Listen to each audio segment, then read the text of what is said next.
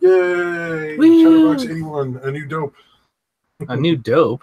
I don't know. That's all I can think of. I'm running out of title ideas. I didn't know we'd get this high. No, it'd be Get it? It could be like Chatterbox now with Easter eggs, man. I know. You got to go back through all of our previous podcasts and try to find the Easter eggs. Oh God, no! That's a lot to ask of anyone. Right? Yeah, Right. will somebody be up for the challenge? And the reward is secret. The reward is secret. It's a secret. All right. Yeah, the reward is, hey, job well done, sir. And that's it. We just say that. So We just congratulate you on a job well done. it's a plot. It's a plot, and a kind of a repeat image of me, like just bowing in appreciation. It's a little weird. I guess nothing real applause. It's going to be a golf clap. As a golf clap. Well, I guess we haven't. For those who, if anyone new joins us, they don't know who we are. So hi, I'm Engelharth. Sitting next to me is Mr. McStabby Pants. Skittles McStabby Pants. Skittles McStabby Pants. And then we have Detroit on the other side of the universe, also known as Arizona. Someday we might have Admiral Hot Pocket back on. Admiral Hot Pocket? We have 40 Mike. Oh, what? That's what I call him when we play Sea of Thieves. What? Oh, I'm so excited for that. You have no idea. Please, I'm like, please let it be true. Admiral Hot Pocket, dude. That's Admiral Hot Pocket is pretty Captain Beef Wellington. good. If ever you guys join into Sea of Thieves, which I don't necessarily recommend until maybe a few months later when it starts to actually have content. Sergeant Stroganoff. Yeah. Oh, you know your first mate Stroganoff. Because it's a boat game. All right. First mate Stroganoff. You'll be alone down below in your bunk, right? Yeah, Stroganoff.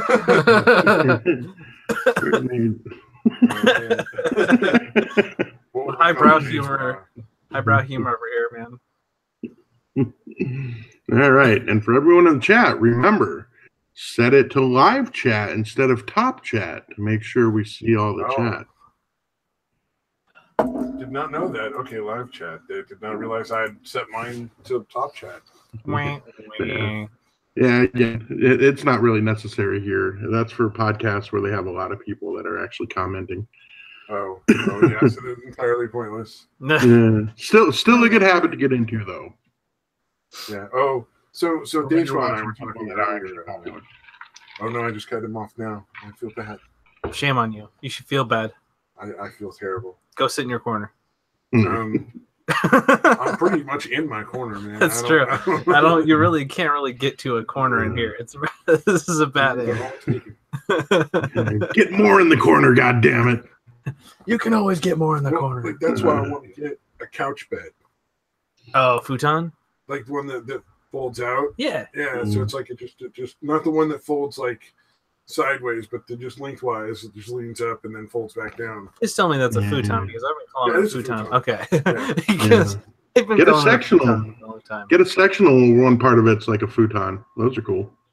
I think the couch bed will be cheaper and more durable, and I'm fat, so I don't want to break like a sectional and then have to buy it something else later. Breaking news. In case anybody didn't know. Just go to his page and watch his like unboxing or stick figure things. Like at some point you're gonna get a nice profile image. Well, I have videos of myself on my channel, like me just standing there. Oh, okay, that works then. Yeah. Watch the one where he nominates his toaster for president. You'll see. Nice. How come I haven't seen some of these? Oh, there was one where I changed hats. I forget what it was. I was responding to some BuzzFeed video for like shits and giggles. And like, you know how they have like 20 reasons why or 20 questions for? I answered it, but then I just switched hats all the time. And I even employed the construction bib again, where I just take a shirt and stuff it in the collar of the shirt I'm wearing so that it looks different from one set to the next, you know? Nice. It's a good touch. It's nice. It's classy. For Dave Swackwalk, who doesn't know, I helped, you and a few other people make a video for like a philosophy class a long time ago. Maybe it wasn't you. Maybe it was just I remember Melissa being involved, and I could swear you were involved too. No, it was my class. It was a humanities class for religion. Yeah. We did a skit on the Tower of Babel. Something like that. I don't remember what it was. I just remember having fun with it. Yeah. But there was a scene where I was supposed to be a construction worker, like me and another guy. And they got these plaid work shirts that were for like a doll. they might have fit Eagle Hearth, but not me. And so we were like, calling me a doll. And so I stuffed the top of it under my shirt collar so that the shirt hung down. And it was deemed our construction bib, so the other guy did the same thing, and that was our construction worker outfit. We had some real high budget film crew and props and everything. Man. You know what? We need to get Detroit, and we need to get out of California and get Detroit into that other state too, so we can film skits. Because I think we could come up with some pretty fucked up shit. Yeah, indeed. Oh dear. Well, I mean, we can't get arrested if we don't start making skits. That's just my thought process, you know? Yeah, we have to start producing something. Like, no, we're just filming out here, officer. See? No, I'm sure, like, the content is the people will see the skits and be like, all right, fucking throw them in jail. Yeah. We have enough evidence against you. Oh, my God. Yeah, I have long since forgotten about that skit, and probably for good reason. But it's hidden somewhere in my stuff. I think wasn't part of it dubbed like a bad Japanese horror film? Mm-hmm. Because we lost the original soundtrack and we tried to like dub over it. Mm. Then quickly realized that we were never going to be able to do it very well, so we just dubbed terribly intentionally. Mm-hmm. We had lost the sound to the entire first scene. Yeah, all the hookers and stuff.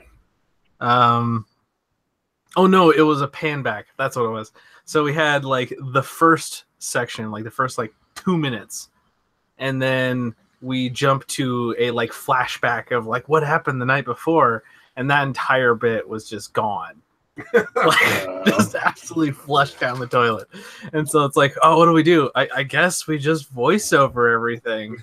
And so we had people with their lines and like tried to match the people's like the mouths as best they could. It was so bad. That's fucking awesome. Well, if you hadn't just embraced it and went with it, dude. Oh yeah, we eventually were just like, fuck it. Well, it was my fault that the hookers and blow thing came up because they were like talk like business people. Yeah. And like a few people started talking about taxes, and I just went off on hookers and cocaine. So everybody that heard me just started doing the same thing because they were like, "Oh, that's way more entertaining than taxes." Yeah. Nice. That was fantastic. Yeah, there were a lot of dead hooker jokes on that set. That sounds about right. Oh man, that other guy was good though too. The guy who came up with Gunnaher for syphilitis. Oh yes, Brian. That guy was fucking funny as hell. That dude could deliver a fucking messed up line, straight face, like no. Oh, there's probably the most, I guess, the proudest scene I had the entire thing. He just sat there for like 2 minutes straight, just saying his lines in the straightest face, and everything's just hilarious. And nobody else could stop laughing. Yeah, like I think we even had to try to like mess with the sound a little bit because in the background we all should have just left the room. Yeah. Because like half of us are dying. And we're just like, we don't want to cut this. We can't. It's too perfect. Like, what do we do? I can't stop laughing.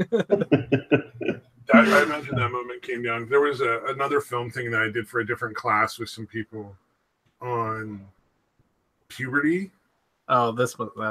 And so there was a point at which we were talking about things, and we decided that it'd be funnier because it was me and a chick that were doing the video.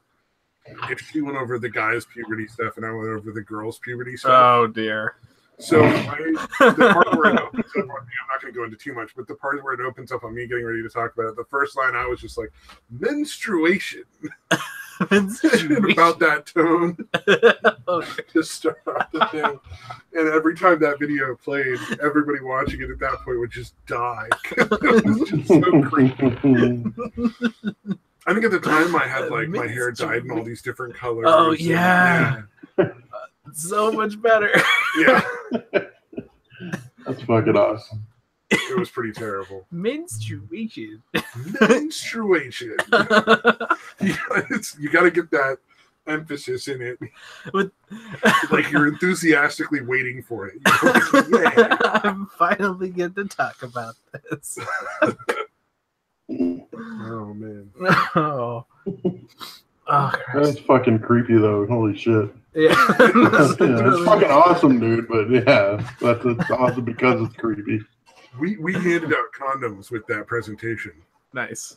We printed out little like booklets for like clinics and stuff to go get tested for like STDs and get pregnancy tests for free. And then we taped condoms to each one of them. And we went and bought them. And she wouldn't let me get whipped cream or like Jack Daniels to go with the condoms when we bought it. So we bought like 4 boxes of condoms because it was a big class. Yeah. And I'm like, please, I want to get some whipped cream and some fucking Jack Daniels at the same time. Killing little bottles of Jack Daniels. And she was like, no. It's weird enough that we're buying all these condoms at once. That was fun. Good times. You just have to be both walking up to the register with like this case. I bought all sorts of weird stuff, man. I don't care. Well, of course, but still Do you looks need like a giant dildo? Do you need some sort of like bestiality equipment? I'll buy it if you're too embarrassed to pick it up yourself, man. I'm totally down. Don't care. This is that kind of friendship, eh? I'll do that for anyone. You all do it for free. Other people, I'll charge money. Yeah. Oh man. Like, of course. Why wouldn't I do that? Fuck it. Yeah. I'll go buy like a dildo, anal lube, whatever you want, man. I don't care. Need something for my For me, about the most embarrassing thing is, I mean, I had no problem like buying my fucking wife's tampons for her, but that's about it. Oh yeah, I bought those. Yeah, I don't know if I could buy any of that other shit. Well, condoms is no problem. Yeah, that's like bragging though. Yeah, that's like I'm gonna get some gonna pussy. have sex. What are you gonna do? Mock me because I'm gonna get laid? Yeah, exactly. How dare you? Okay, I won't wear one. Exactly. Well, we're in California. You're in Arizona. That's relatively like they're not a lot of like super conservative like uber Christians that are working places who are gonna be like, oh my god, they're buying condoms. Yeah, not a lot of that going on here either. Although there are a lot of Mormons here. Oh, that's right. Oh yeah, Mormons. But they usually stay in their own little sections. Yes, Mormons. Yes. I've had some sheiks make some like weird remarks. There's a lot of chic people that own like 7-Elevens and stuff. Yeah. And like one guy was like, "Oh, it's Friday. We're gonna sell all the condoms." I'm like, "Oh, that's cool. I bet that's good money." He's like, "Yeah, because Friday." And he does the little finger in the fucking hole with your thumb and finger thing. Yeah. like it's like this super secret dirty thing. It was really fucking funny. Damn. Oh God. So when you ever gotta love repressed societies, man. Yeah. Oh yeah, definitely. Well, sheiks usually aren't that repressed. I think he was just like a dirty old man. Like, honestly. Right. But he's more perverted. That's really it. A perverted old man. Right. Yeah. Fair enough. Just creepy because he's so old. Is that what when you bought tampons or pads and stuff? Did you ever get like the teenage kids behind the counter who are all super embarrassed to fucking do the transaction?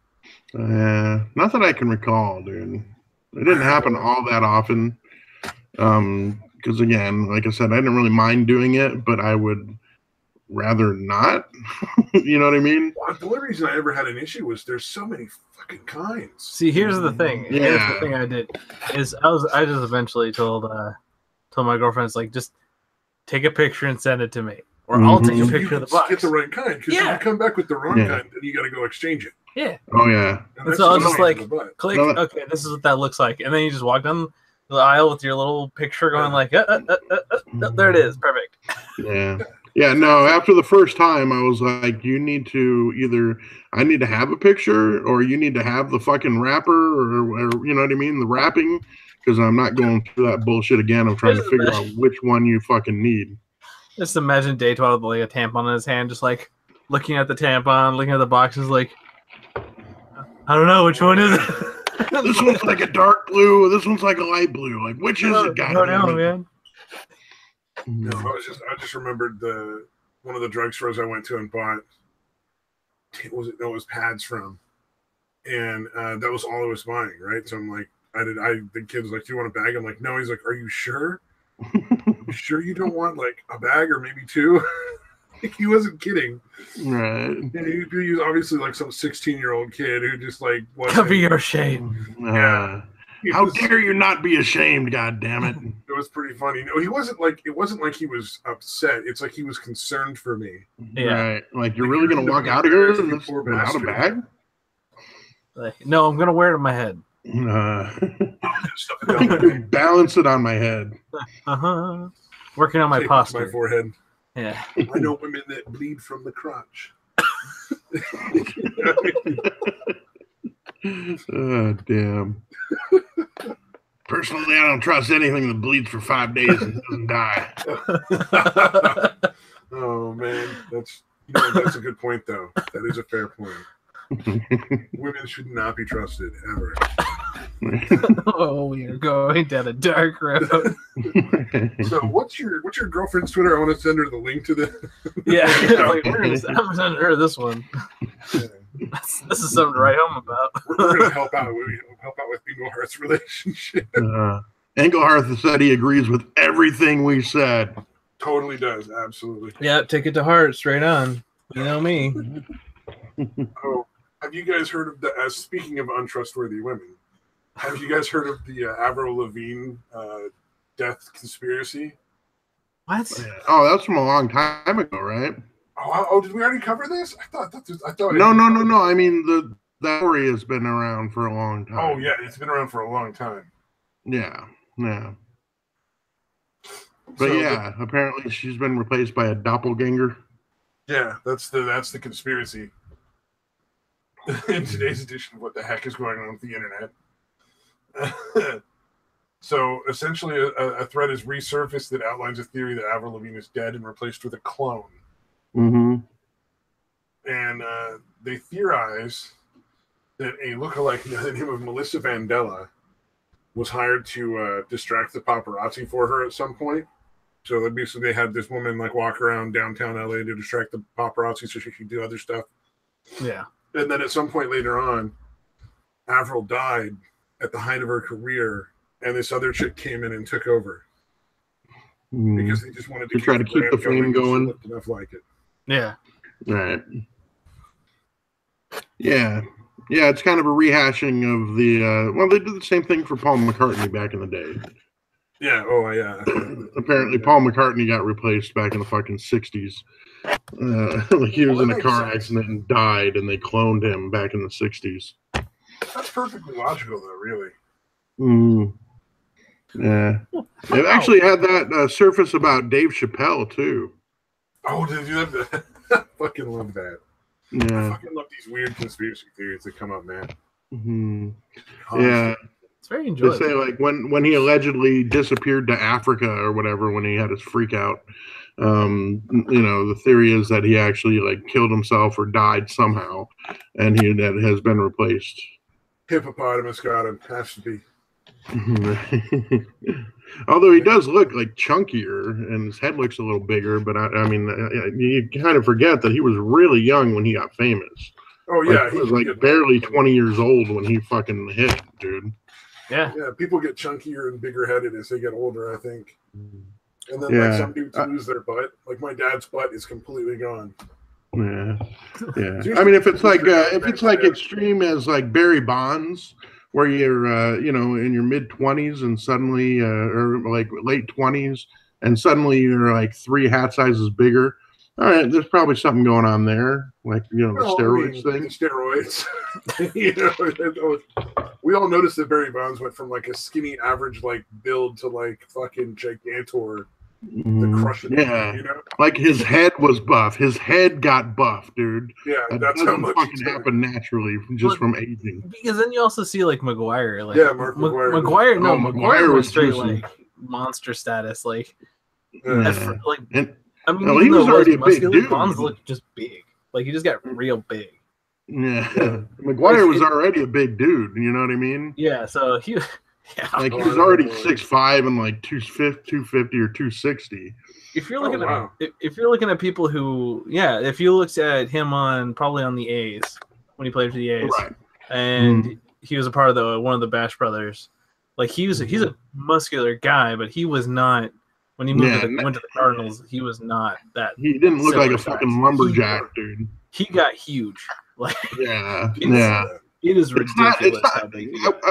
I wouldn't say it's as noticeable as Bonds, but yeah, you can definitely tell like something was up. I thought it was. I thought Sammy Sosa also was like. Sammy Sosa. Oh yeah, they all got more. Dude. He got more in trouble for corking his bat though. Yeah, but no, they all did it. They were all fucking juicing, dude.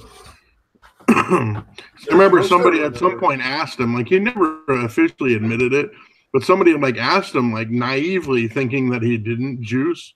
But like he kind of had a weird reaction to that. Like, why are you asking me that question, man? What are you trying? You're going to screw everything up. Like he kind of responded like that. Yeah, I've been living that. It was like really suspicious. So yeah, he may not have actually gotten officially busted, but they were all fucking juicing.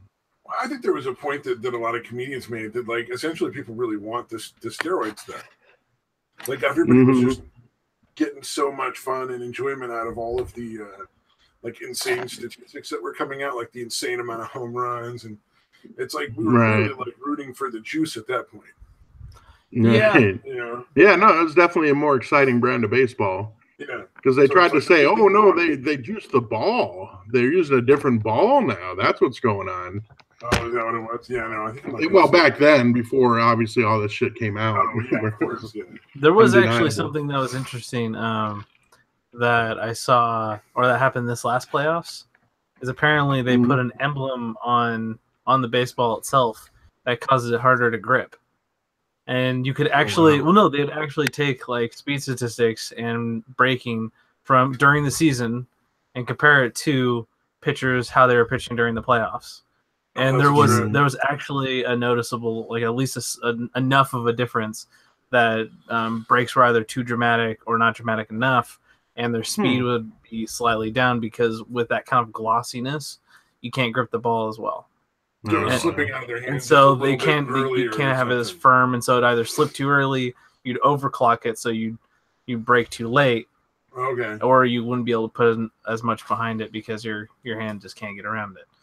I mean, and it could just be like a subtle, but even like take 2 miles off. If you're throwing 90 miles an hour as your fastball, and now you're taking 2 miles an hour off because you can't grip the ball as well. But they're all such high-level players and so reliably.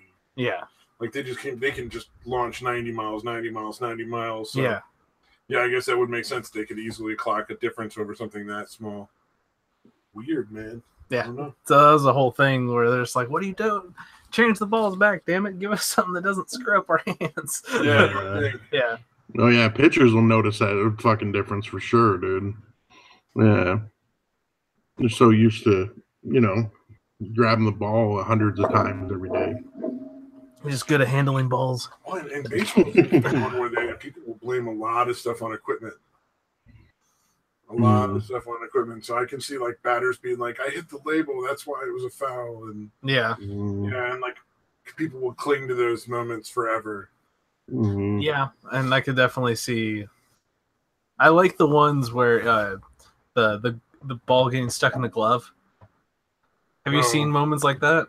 Where the ball hits the glove so hard that it actually wedges between the fingers.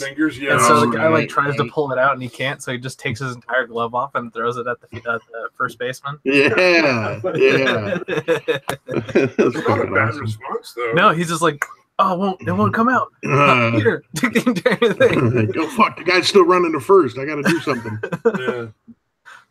Oh man, I like the one where the pitcher's pitching. And a bird goes right in front of the pitch. Oh, it was Randy Johnson. Randy Johnson. That happened here in Arizona in spring training. Randy Johnson, fucking bird got obliterated, dude. And everybody there is just looking around like, what the fuck happened? Yeah. It happened in San Francisco as well. With Randy Johnson also, like. Right. What does that guy hate birds for? Man? I don't know. Yeah, they're trying to take him out, and they keep missing. And they get into a line of fire. Well, they're looking at his neck, and they're trying to compete. Randy Johnson is the Dr. Kevorkian for birds, dude. Your bird has He's like, all right, this pitch here, you fly in front of it.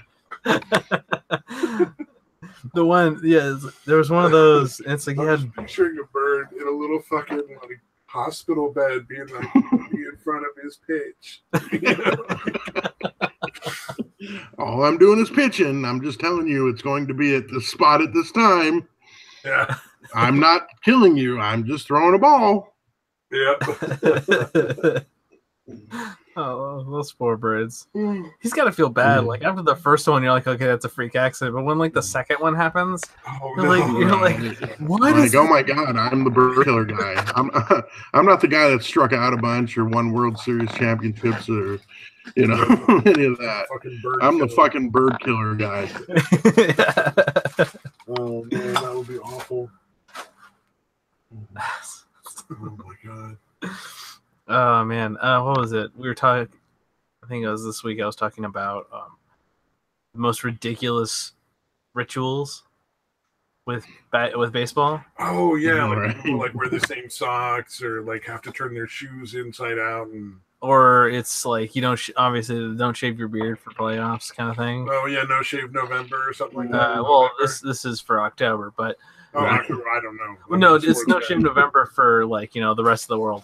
But because that's for a different reason. But for playoffs, and usually it's in October that you grow your beard out. Yeah, hockey usually does the same thing. Yeah, it's no shave November apply to pussies. No, is that like bush month for like ladies or what? I think I broke your giggle. Yeah, I hope not. Let it grow. Let it grow. Let the forest reclaim the land. Let it grow November. If you want to grow that bush, grow that bush. There you go. Sometimes it looks a little weird when it's shaved off, especially if the girl looks hella young. Chia. It's like, oh, look, that's 12-year-old. That's attractive. Disturbing. If they're eating pussy, you prefer it shaved, dude. Oh, I don't know. Like, it doesn't really make a difference to me one way or the other. Yeah, I prefer it shaved, dude. It's easier to remember to floss one way than the other. No. Damn. It's a terrible joke. I should feel bad. Yes, you should. I went there solely for the purpose of that joke, really. Screeching halt. Good job, buddy. You're welcome. Derailed. Oh god. Man. So let's talk about video games. Yeah. Now that we've guaranteed that Stabby will never get laid again, let's talk about video games. I was talking to Daytwa about this, but I'm having such a blast on the Sea of Thieves forum. Yeah. Because Sea of Thieves just came out like a couple weeks ago. Yeah. And it's seriously lacking on content. There's a lot of balance issues. And there's a lot of people who are like, it's not really griefing because it's part of the game that you sink other ships. Yeah. But you spawn so close that they just go and sink people over and over. So there's a lot of people who are like, look, I just want to play on a server that has no PvP. Like I want to choose. Yeah. So when you load into the game, you either choose PvP or non-PvP. Yeah. That's what they're aiming for. And there are some people who are losing their shit at people even making the suggestion. It is so funny to watch. Well, you're not enjoying the game. They want to enjoy it. Yeah. So who cares? Yeah. You guys can, the people who are complaining are the ones that can kill each other. Yeah, exactly. I agree. Yeah, nobody's taking that away. I would do both ways. Like, there's times when I want to play PvP and I'm enjoying the hell out of it. And then there's times when like I've got like an hour and I just want to knock out like a quest or something. Yeah. Dig up a treasure chest, and turn in loot, and build my rank with a faction. And I don't want to sit and just run away from a ship for an hour.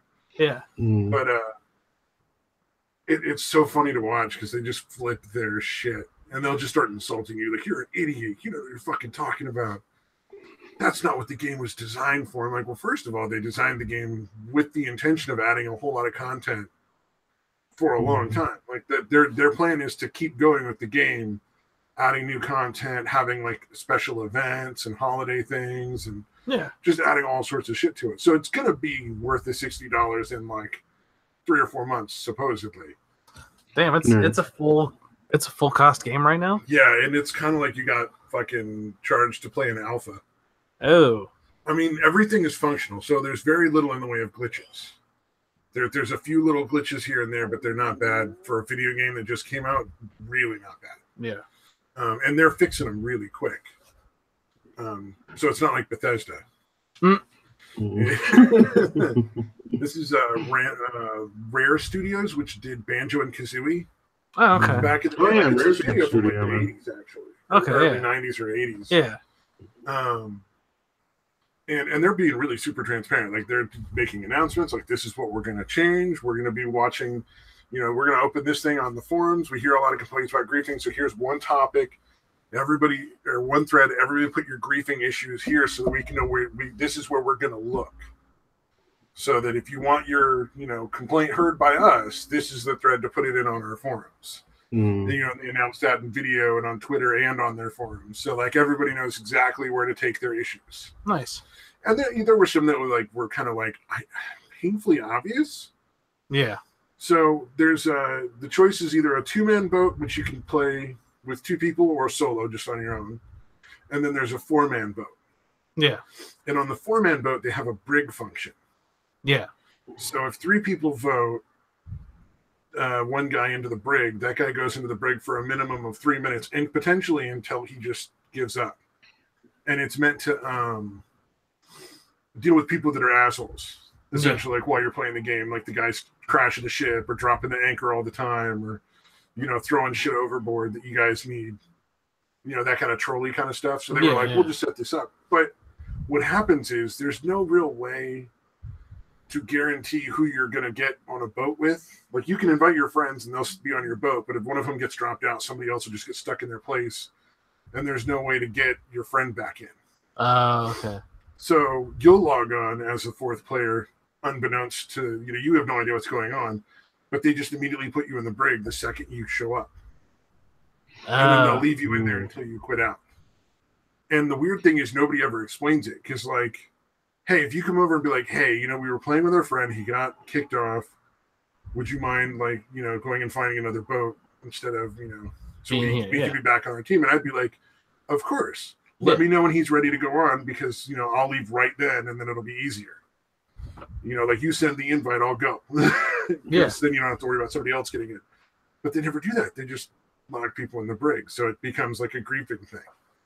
Yeah. Or in one instance, a guy was playing with his 4 friends with his 3 friends, and they ended up having to leave. And he went and collected a bunch of loot on his own. And then 3 other people came in and locked him in the brig, trying to make him quit so they could turn in the loot and he wouldn't get a share. Damn. Even though it doesn't matter if it's 4 people or 1, you get the same loot for the turn in. Everybody always gets the same amount. Yeah. So if you have one chest worth 2,000 gold and 4 people turn it in, they each get 2,000. One person turns it in, they get 2,000. So it doesn't matter. There's no it's not being divvied up. Yeah. And it's painfully obvious that was going to be an issue. So I'm not sure what they were planning on there. It's a good idea. Good in theory, terrible in practice. Yeah, exactly. Well, and it's funny because it's somebody was complaining about it, and they started their thing out. Well, I really like democracy. I think democracy is wonderful, but this brig function, I'm like, that is democracy, and that's why democracy can be bad. That's why we have representative democracy instead of straight democracy in Republic. The US. Yeah, it's if it was just the rule of the masses, we'd still probably have slavery. You know what I mean? That's why they call it the tyranny of the masses, and why they were maybe we should have representatives to tone that down. Tone down the crazy. Yeah. But it was pretty funny. I like that. But these guys are so funny. They just lose their shit and they'll start swearing at you and calling you all sorts of names. If you say hey, look, man, everybody enjoys playing differently. That's how life works. Some people are going to enjoy the game in a different way than you do, and that's okay. No, it's not blind. And they're not even asking to eliminate it from the game. They're just asking for a choice. And these guys are that's not the way the game was designed. I'm in their head. I go to Rare all the time and pick their brain. I am Rare. They don't want to play the game the way I want to. No, that can't happen. They must play the way I want to play. Oh, and it inevitably ends up with them being like, well, you should just go play another game, asshole. No. Yeah. Yeah. Maybe you should be accepting of other play styles, you fucking asshole. Yeah. Well, that's the weird thing about the game. And again, it's not like they have to play on the other servers. I mean, what the fuck? Yeah, that's the weird part. I don't understand why it's so upsetting. Oh, it's because people are assholes. I think that the easy victims will be gone, and they'll have to play against other people like them. Yeah, they'll have to do more often, who are probably better at the PvP. Yeah. And so easy pickings. Oh no, of course. Yeah, the quality of opponent is going to go way up because of that. You're gonna have to stop being able to pick on people and actually fight. Yeah, well, and the thing is, like, you spawn like 2 minutes away from the person, so it's super easy to get hunted down by the same galleon over and over, even when you have nothing for them to get. Hopefully that's like another thing they're working on. They are fixing that. They're going to change the spawns to be further away, but I'll wait and see how much they think further away is. Yeah, because I know I was with a 4-man crew on a skeleton fort, which is a big thing that you got to spend like an hour to do, but it's like a huge payoff. Yeah. And we ended up having to sink the same sloop, God damn it, at least 20 times. Jesus. And it just slowly, we ran out of supplies, so we couldn't keep sinking them. And they ended up like another galleon came in and ousted us because we didn't have any more cannonballs and fucking planks to shoot or fix our ship. Yeah. So we lost all the hour and a half of work we put into this fort. Because this respawn thing where they're so close that it's just like respawn, go right back, respawn, and then just right back every 2 minutes. Yeah. And just bled our supplies out. Yeah. Yeah. So I assume they're gonna end up tweaking that, right? I mean, they have to. Hope so. And let me be clear though, the game is still stupid crazy fun. Like I love playing the game. It's just there's little things that get irritating, so you play around them. Right. Like merchant's quest where you go and collect things or animals and deliver them to places, or you get like these treasure chest quests where you have like a fucking solve a riddle.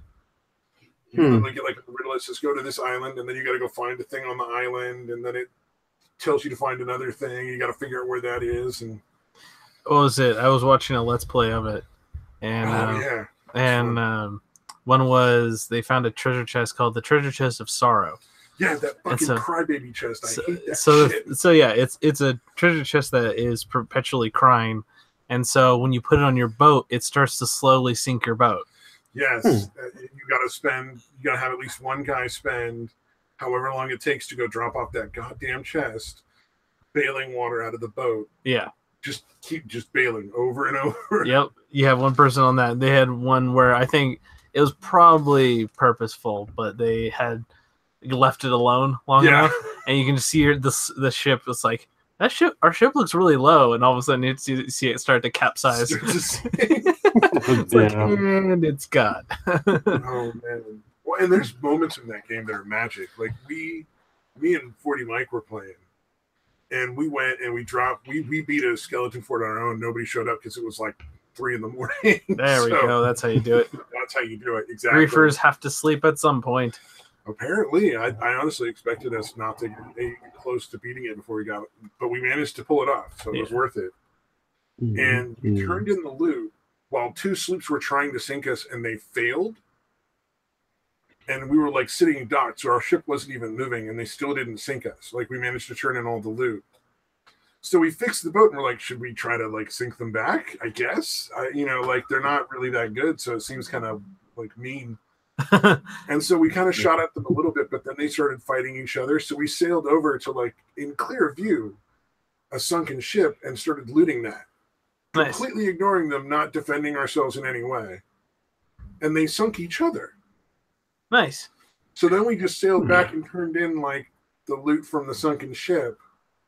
And then one of them came back and chased us while we went off the edge of the map just for fun, because we were like, let's go off the edge of the map and sink our boat because we're done for the night. And followed us and sunk his boat. So not the best player. Somebody that was determined for revenge and he couldn't get it because you guys ran off the map. Yeah, because we were done for the night. Like we were playing for a couple of hours. We were like, all right, we fucking did the skeleton for it. We're done. No, I get all that. I'm just thinking of his point of view of he's like fucking angry and he's trying to chase you down and he can't even the ones get that his vengeance. It was the other guy that he was fighting that sunk him. We didn't have anything to do with it. We weren't even in the fight. No, he still blamed you, buddy. It's still your fault somehow. You were at the scene of the crime. But we finished the night off by respawning the boat anyway, because we're like, okay, that was fun. Let's respawn the boat and do like an outro, because I guess Mike had been recording unbeknownst to me. Oh, fun. Which is fine. I don't mind. But he finished recording. We were doing an outro, and he's like, all right, I said, hey, let's scuttle the ship. Because you can vote to scuttle the ship, and it sinks the boat on its own. You don't have to wait for somebody else to do it. Yeah. And I guess because it was in shallow water, it glitched, and the boat just flew away over the island we were on to the other side in the setting sun. So as the sun set, our boat flies over our heads to end our night. That was like pure wonder. That was perfect. Beautiful. You broke the game. It was glorious. Oh my god. Okay, yeah, that might be worth. It is. If you go in and you play with other people, it's a lot of fun. Yeah, absolutely. Yeah, I don't see that as a solo crew together. Yeah, well, I don't know why the people play solo. I just think if they want to and they want to play on non-PvP, why not give them a choice, man? Yeah. More people buying the game, more content for me. Mm-hmm. Yeah, I really don't understand the level of self-absorption of people that are like, no, you can't do that. Because I mean, the more, like I said, the more money Rare makes, the more money they're going to have to make more content, and the more motivation they'll have to make more content. Yeah, because if it dies in the water, if it's dead in the water, then they're not going to throw more into it. And I like the game. I want it to be successful. Damn it! Oh man! So I've got mine. I don't know if you're done, but I've got the game that I've been playing the last couple of weeks that has fucking gotten me completely obsessed. Were you done, Stabby, or you got more? Oh, no, I'm good. Yeah, go for it. All right. Okay, so it's a basic. I've never played one of these types of games before, but I guess it's like a resource gathering / castle defense type game. Where again, you have to gather shit, food, wood, stone, all that kind of shit. You got to build up your buildings. You got to build up your castle keep. You get more powerful. You got troops you can attack other people with, etc. You guys familiar with these types of games? I assume, right? Yeah. Okay. Well, it's the first time I played, and I got really into it. And I'm still enjoying it. Like I was going solo until probably about 4 or 5 days ago. I finally accepted somebody's invitation to join their little clan or whatever, because people had been asking me for fucking weeks to, a bunch of different clans have been asking me to join. And I'm like, I don't even know if I'm gonna keep playing this game. So, I'm not joining. But anyways, I finally did. And I actually started getting more into the game itself, obviously, because now I'm part of a fucking group. And then the chat for the game, it's called the Kingdom Chat or whatever, is really fucking fun, dude. It's really interesting to watch these people go back and forth. All right, so before I get into the chat thing, right after I joined, this clan finally got we finally got our own kingdom or castle / kingdom place, right? And the type of people that play this game, like there's plenty of ordinary people, but it seems like all the people that put a lot of money into the game to kind of pay to win type thing are fucking psychopaths, dude. Right? So basically what happens is we finally got this kingdom that we discovered somebody had ditched for whatever reason. They just fucking abandoned it. So we go take it over. And right before this had happened, our leader, somebody had asked them to join with them, right? And it's somebody that was a pretty powerful character, pretty powerful, whatever. They had a lot of shit. She had asked her to join under her. And the way it goes is, you have like different tiers. You got the main person, they can have up to 5 people under them. Each of those 5 can have 5 people under them. and each of those 5 can have another 5. It goes down to as low as 4 tiers. So basically, the person that's the head of my clan didn't want to join because she would have been that 4th tier, and she wouldn't have been. She would have had to ditch everybody that was on the team that she'd been playing with forever. So she turned her down, right? And she wasn't a bitch about it. She just said, no, I don't want to join because I would have to ditch all these people. Okay, the person that she turned down was such a fucking bitter, vengeful bitch that she got together and started attacking us. And again, she's put a shitload of money into the game, so she's way more powerful. She started attacking us, dude, just because she had turned her down. Yeah, it's crazy. Which, again, I think is incredibly fucking petty and just fucking evil, dude. But the funny thing is we had a, pretty decent group together, and she had to get like 2 other people, and it ended up being 3 of the 5 most powerful people in the game came after us. Just because of that, dude. Okay, so that's pretty fucked up, right? Does anybody disagree with that's pretty fucked up to get attacked just because she got turned down? That sounds perfectly normal. Yeah, that's a rational fucking decision. Yeah. You guys still there? It's dramatic. It's dramatic. It causes drama and tension all of the time. Oh man, those people drive me nuts. Oh shit. Okay, are you guys there? Yes. Yeah. Oh, did you guys hear all that? Yeah. Yeah. Okay. All right. I'm sorry. My fucking headset got turned around and it was like not working. Okay. So again, you guys agree it's pretty fucked up, right? Yeah, definitely. Okay. I didn't hear any of you guys through that whole time. All right. So that was over with. That was some fucking bullshit. The funny thing is, like a little while later, she still asked us to fucking join her. That bitch still asked us to join her after she fucking attacked us like that. That sounds like a normal thing. Like, I'm going to destroy your town. Would you like to join with me now? Not a fucking psychopath or sociopath at all, right? Yeah. Damn, okay. Dude. I've destroyed everything you've built. Now you will join me. Yeah. Hey, you guys want to be allies now? Like, fucking bitch. Fucking horrible. Okay. All right. So the other thing is, in the chat, there's some fucking lunatics that are pretty regularly in there. There's this one dude who is one of the guys that's paid to win. He's a really his character is pretty, or whatever, his keep is really powerful.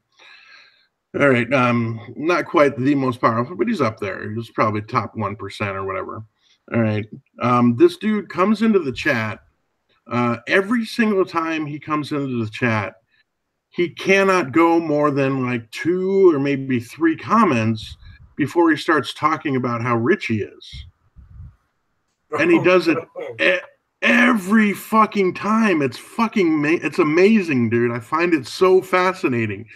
For any reason, he will shoehorn it in, even if there isn't a reason. He will fucking shoehorn it in that he's got a fucking $200,000 Maserati and a fucking Rolex, and he's fucking rich, right? And which is pretty fucking entertaining on its own, right? Okay, but the fucking true. Huh? I wonder if it's even true. A lot of times, that's what I was saying, because it's so cliche to me the way he's fucking saying it. Like, okay, Maserati, Porsche, Rolex. Like, to me, those are like cliche rich things. You know what I mean? Yeah. Oh, yeah. So that's my theory. And honestly, for this dude's sake, I really hope that's the case. Because if it's not, you understand what that means? If he's really that wealthy and still is so fucking massively insecure that he has to fucking mention it every fucking time almost immediately. Do you know like how it's I think, in my opinion, it's far less pathetic if he's just lying about being rich. I don't know. What do you guys think? Ladies, the line starts on the right. I'm filthy rich. It sounds like I think I had a comment thing. I did a comment thing at one point where I was pretending to be like him talking to somebody. Like they come into the chat and they're like, "Hey, good morning, dude," and he's like, "I got a Maserati, a Porsche, I got a fucking Rolex, I'm fucking rich." Like, that's his response for no fucking reason. Like, hey, nobody asked that, and nobody cares. That's a little sad. To be honest, like if I won the lottery like tomorrow, for at least a week, I'd be like, I got all this fucking money. Yeah. And it wouldn't be like to rub anyone's nose in it. I'd just be thrilled. I think Okay. any chance that there might just be a mild form of Tourette's that's just like really unique to him, just saying that line over and over again. I don't know. I mean, he seems normal. It's Maserati. Yeah, no, the thing where he's yelling, that was a joke. And again, this is all typing. Nobody's actually talking. This is all typing that's happening. No, I don't, just typing that out, just like, let's tell them this. I cannot stop myself. They must know about my fake Maserati. All right. So again, just that alone, I find fucking endlessly entertaining about this fucking this guy. To be fair, you know what I mean? Just the fact that he can't help himself, dude, every fucking time. Him on, to be honest. I mean, just like, dude, that's the best part, dude. That the people responding to him and mocking him is the fucking greatest thing ever, dude. Because they'll go the exact opposite direction, dude.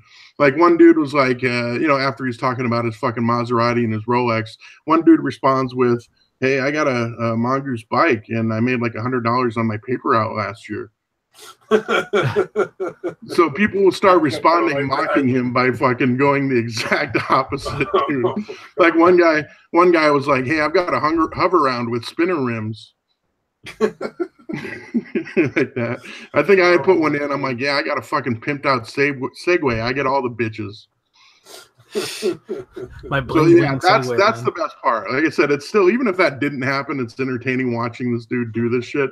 But all of us responding and mocking him is fucking priceless, dude. It's so fucking perfect and fucking just goddamn entertaining as all hell, man. I got one. I got a scooter with underglow. I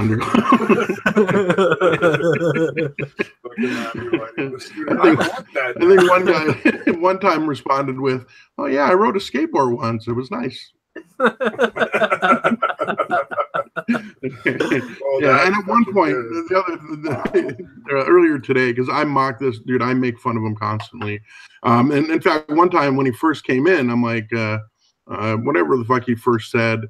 I was like, "Hey, that's interesting. Hey, do you have any cars or watches that you want to talk to us about?"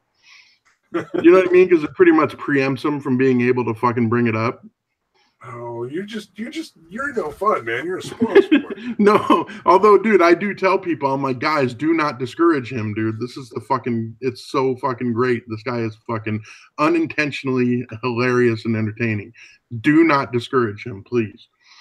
But yeah, it's fucking it's just really amazing, dude. I'm trying to think of what the last one was that really fucking fuck, I can't, if I remember it, I'll think of, but there's been so many responses to him that are just so fucking amazing. Well, if you think of another one, I have a story. When you brought up Rolex, it actually reminded me something from high school. Yeah, I'm pretty much done. Go ahead. So we always, you hear that a fake Rolex is a faux Lex, right? Yeah. So I think it was junior year high school. I had taken a trip to China. And so we're walking around Tiananmen Square, and there's all sorts of street vendors.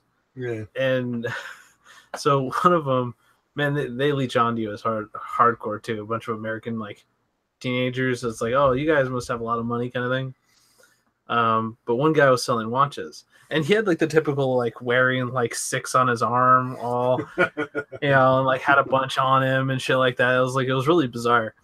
And he's like, "Oh, you want to buy a watch? And someone actually bought one, and it had like the outer rim of what looked like a Rolex, like kind of that design, but in the middle was a picture of Emperor Mao with his hand like posted outward in like a wave, and it was the second hand, so it'd go tick tick tick tick tick tick, and so it would wave back and forth counting the seconds. God.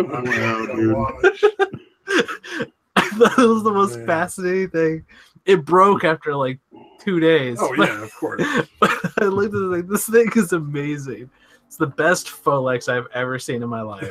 Well, especially because the Rolex, one of the things that's specific to Rolex is that the second hand doesn't tick. It's a smooth sweep all the way around. There's no ticking motion. That's one of the selling points or something. Yeah, it's all right. But, yeah, Although I did think of another thing that they mocked him for the Rolex thing. They were basically saying they would also say shit like, "Hey, I got one of those watches that's got a calculator on it." Dude, that's on my fucking wish list on Amazon. Yeah, It's one of those digital watches with a little calculator on it. I'm like, I can buy one of those now for myself. Dude, my fingers are too damn big for something like I that. don't even want to use it. yeah, I'd never be able to pull that off either. When I was in high school, man. Actually, more like junior high, but I just want one now because now I can have one and no teacher can tell me not to wear it. Yeah, That's sad, right? Tell you, I'm an adult. It's not cheating in math class anymore. I can wear my calculator watch all the time. Oh, I wanted to ask, when you were in China, you made sure not to drink any of the Coke, right? I didn't drink. Oh, did I? Actually, did I drink the Coke? Oh, no, you don't know that. Never mind. No, I do know. The But Coke joke? The Coke joke? That was when I was in grade school. It was a super racist joke that we used The to me always Chinese, tell. me play joke. You haven't. Oh. Your Coke. It's one of those things. Like, I just barely realized what he was talking about Apparently, too. I have like totally blanked, I'm sorry. blocked that No, out. I didn't know where he was going at first either. Literally, I just got it like right before I pointed it out, dude. I mean, I'm Don't so feel sorry. bad. I mean, I guess the Coke I had there was a little more acidic than I imagined it would be. Oh, Tasted But a it little was bottled, ammonia so- somehow. It was weird. What's that? I said it tasted a little like ammonia, like it had been sitting around there's for a a little while. a little more of a bite to it. Nah. oh. And see, the thing Now was, you're just humoring me. yeah, and it's also bottled, so that's processed that way. I just imagine some guy, like a line full of guys that all need to pee, like standing at a conveyor belt. Oh, then like pee a little bit and then You're push like- it off. So yeah, you're just like some guys like dancing around, like, dude, I gotta go. Come on. You just hear like, oh, oh, because they're pinching it off between each little squirt. Yeah. No, too much. Pinching off midstream is not easy. That is hard. That is that's a Yeah. lot of concentration. Yeah. Or That's even worse, easy. trying to like stop yourself. Should we just stop now? Yeah. I'm sorry. The thing is, we're doing this sober. Like that, Oh, yeah. that conversation happened without any sort of like. No, I don't need Coke liquor. sing. Are you kidding me? I went there for that joke. Very funny. Don't make me invite Opal, son. I don't know if she'll show up, but I will invite her. I don't know. I think we properly scared her off, though. No, I'm sure we have. Yeah, keep calling her a hobbit, dude. Be great. That'll do it. Why would that She upset loves anybody? it. I would love to be a hobbit. Yeah. Very big feet. You don't already have her. Sneak around really, really good and scare people. Yeah. I could eat like Dude, 5 meals a day and nobody'd question anything. Mhm. I only eat 3 meals a day now, but I mean, I'd What like about the second option. breakfast? I've never, that was always like, man, how would you eat 5 times a day? Mhm. Well, if you depending on the size of your meals, you're actually supposed to eat like every couple hours. Yeah, it Oh, actually is better if you snack like kind of as regularly as possible instead of having the 3 big meals. Huh. Yeah, I'll have to consider that sometime. yeah, it kind of So keeps your second metabolism breakfast- at a constant rate, basically. Yeah, I so believe. depending on how much your breakfast is, if you're to like maybe half that and then make that into 2 meals, Yeah, Huh. depending the size of it. Like if you have a big breakfast in the morning, then yeah, you can't really then What you do can see easily for have breakfast? that. yeah, you don't want to Yeah, get. but if that it's like a again. bowl, if it's like a bowl of cereal, then you Yeah. can have like that. This is how I eat too, because I'll have like a bowl of cereal in the morning, and then like a couple of 2 hours down the road, I'll have like a bar or a banana or something like that, like something to You munch eat a on, whole bar? like a whole bar. How do you say sober? It's a whole bar. Oh gosh, we're going down that road. God damn, dude. Started that one with the Getting sailor bad joke. joke central Yeah. in here. Hey guys, really quick. I'm gonna step away for a real quick minute because I realized I forgot to put in fucking laundry for my son's laundry and shit. So I'm gonna be back in like 5 minutes. Okay. Yep. I'm gonna dip out before the jokes get worse. I want no part of this shit. Yeah. All Ain't gonna have my right, name I'll on be back this. in a few, man. I Hold on. have All right. all the plain cereals, like just like the Cheerios and the Chex, none of the sweetened shit. Like, none of the fucking Fruit Loops or, marshmallow, whatever. The Lucky Charms. The Lucky Charms or the marshmallow majiggers things is what I was thinking. The marshmallow majigger things. Those. And then I take like a tablespoon or so of dried fruit and sprinkle it on the top. So like little raisins or cherries or blueberries. Breakfast with Stabby. Cranberries. It's the best breakfast ever. It's just like so light but it gives you energy because it's got like the carbs. It's very nice. Are you also gonna call it the internet? The carbs and the cereal and the Cheerios. The internet? Have you ever seen put the in front of everything? I'm No. gonna put in the cranberries. I'll hit you with the raisins. I'll hit you with my abnormally large bag of raisins. You're gonna fruit me to death. No, I didn't really sleep night before last, so I'm still playing catch up and fucking Mustard. Delusional. Yeah, mustard. I'm mustarding up the courage to keep going with this. Oh god. Oh, just kill it. Don't be too sour. I'll be making that kraut soon. It's so bad. I actually finally have all my supplies for making sauerkraut and pickles and stuff. Nice. So I'm pretty thrilled. Mm. I got little lids with little nipple things on them. When you ferment like sauerkraut and like fermented pickles, as opposed to using vinegar, you just use like the little saline water and let them ferment. Mm-hmm. They produce carbon gas, and so the normal people are like, "Oh, you just open the jar once a day and vent the gas. You like burp the jar and it'll be fine." But if you don't, it has the potential, like over enough time, to like explode. And I was like, I am not that fucking persistent. I am going to forget to fucking burp these jars. Yeah. I mean, that's just never going to happen. So you can buy these little silicone lids that have like a little nipple on the top that just lets the gas out a little bit at a time. So you don't have to do that. And I'm like, that's the $10 for 5 of those. I'm really lazy. This is perfect. It'll save me all the time in the world. So it's just kind of like a relief valve. Yeah, it's just a valve that is, when the gas builds up enough, it just lets it out instead of, but doesn't let this stuff back in. So I guess, that's good. I don't know. We'll see what happens. Eventually, that shelf sitting right in front of you will just be all a bunch of jars with things in various stages of fermentation. So pretty much I'm going to sit here and we'll have this podcast, and all of a sudden the jars will be exploding right next to me. Yeah. Because one of those is going to be exploding. Well, one of them is going to malfunction and seal up by accident. And no, actually, I already pinched all the lids.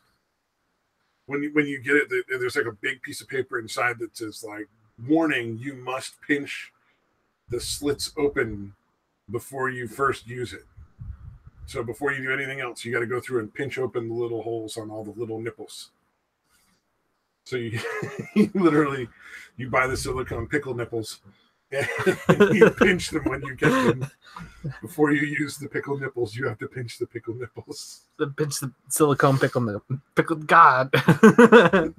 Silicone pickle nipples. I think that's what they're called, actually. Pickle nipple lids. Pickle nipples.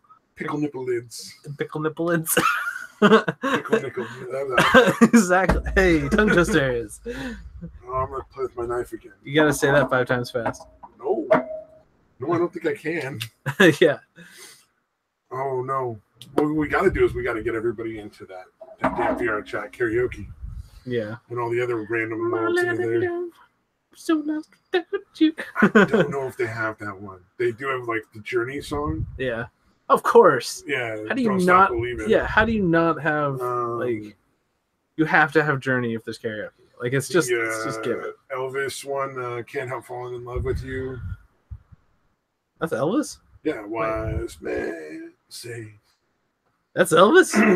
That was Elvis originally. Ah, damn. It looks how much I know. They got a bunch of good songs. They got some Elton John stuff. They got some Johnny Cash stuff. All right. It's actually a surprisingly decent amount of fun songs. The Firefly song. Oh, nice. They got that one. The Pokemon theme song. Of course. Yeah.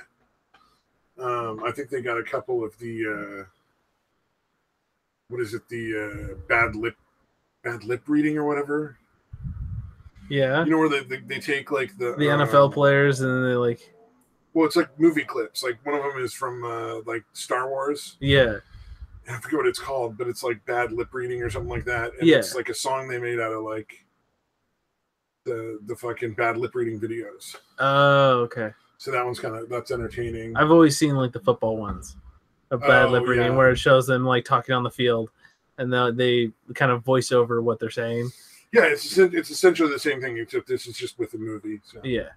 But that's fairly entertaining. And then one of the weird parts is because anybody can go over and push one of the buttons and start a different song. You usually only get about 30 seconds of a song before some asshole goes and changes it again. And it's just like a fight to keep the song, like people going back and forth and it's fairly entertaining. Nice. I do that a bunch of times. And the other one I like to do is like the vampire version of Wonderwall for Oasis. When everybody else is singing like normal, they're like, "You're my Wonderwall." I'm like, "You're my Wonderwall." Damn prick. I can't do the deep voice because my fucking throat's blown out, but because it's the end of the day. But bummer. It's fun. Trying to sing it like scary vampire voice and shit. Ooh. I mean, it's fun. It's a blast. Blah blah. But then there's all these other worlds you can go check out. Like there's like a little bar you can go hang out at and fuck around with people. There's a myriad of different like fields and forests and stuff you can go run through. They have like people have built various kinds of temples you can go explore. Hey, Mad Metal Man, what's up, dude? Oi. And then let's see. There's various games you can go play. I don't know that they'll be that much fun without VR, to be honest. Yeah. Because it is intended for VR, but you can play it with keyboard and mouse. And like a lot of them are like throwing things. So like I don't know that you could really get the same thing out of it with the keyboard and mouse. Oh, they have a Never Have I Ever fields. So it's like instead of you holding up the fingers, there's like 10 lines. So you get everybody down together at the bottom, and then one person does the Never Have I Ever. And then if you've done it, you like walk forward a line. If you don't, you stay back. Yeah. Yeah. Okay. So that kind of stuff. They have werewolf games set up. Werewolf games? Yeah, like werewolf. You know, where like, you know, everybody puts their heads down in the classroom and like one guy's a werewolf and everybody else is the townspeople. Okay. You never played werewolf? Maybe? Oh, it's a blast, man. I don't know. We don't have enough people with just the 3. Oh, yeah. Poor Mad Metal Man. His wrists and robes went. The 2 guys were dying, man. The 2 guys, Hammers and Lil J, were dying. They didn't know where to go with the hangout last night on Wrists and Ropes, which is what Mad Metal Man's hangout is. Oh, okay. And they invited Opal as like a last-ditch effort to try to try to keep it entertaining. And then Opal came on, and it was like inviting the goddess of Discord. Eris showed up and was like, chaos. Wrestling and heavy metal. I'm going to talk about My Little Pony. Very entertaining. Wrestling and heavy metal. I can at least talk about one of those things. Well, that's why she brought up My Little Ponies, I assume. Yeah. Well, they occasionally talk about other stuff, but it's just generally like they talk about like WWE kind of stuff. And, yeah. I try to stay in kind of in the loop of that. We got to watch. Apparently, some lady in wrestling at one point decided to go and make porns because of heavy drug addiction. Wouldn't that be China? No, it wasn't China. Although One Night in China is one of those kind of things, but this one was actually sadder. Oh no! She got all addicted to drugs and was like stringing herself along by or keeping herself strung out with porn because she lost all the wrestling gigs. They wouldn't keep hiring her for stuff. Oh, fun. Yeah. Sunny. Oh, okay. Yeah, it was Sunny something or other. And it was. We got to watch like a review of the porn. We didn't have to see all of the parts of the porn, thankfully. But we got to see enough to know that it was not a good porn. was not a family-friendly porn. Oh dear. What would a family-friendly porn be like? It's one that you can bring the kids to watch. I think you tried to answer that. The look on your face was great, though. The look of like, I don't know. Oh no! But you felt compelled to actually answer. Why the hell are you asking me? About? It's fun for the whole family. Ew. I still have not seen furry porn yet. That makes me uncomfortable. Oh, Mad Metal Man actually went and watched the actual porn. I'm so sorry, man. It was a sad vagina. Oh my god. I don't know. That is unfortunate. I think I'm good, man. I don't need to.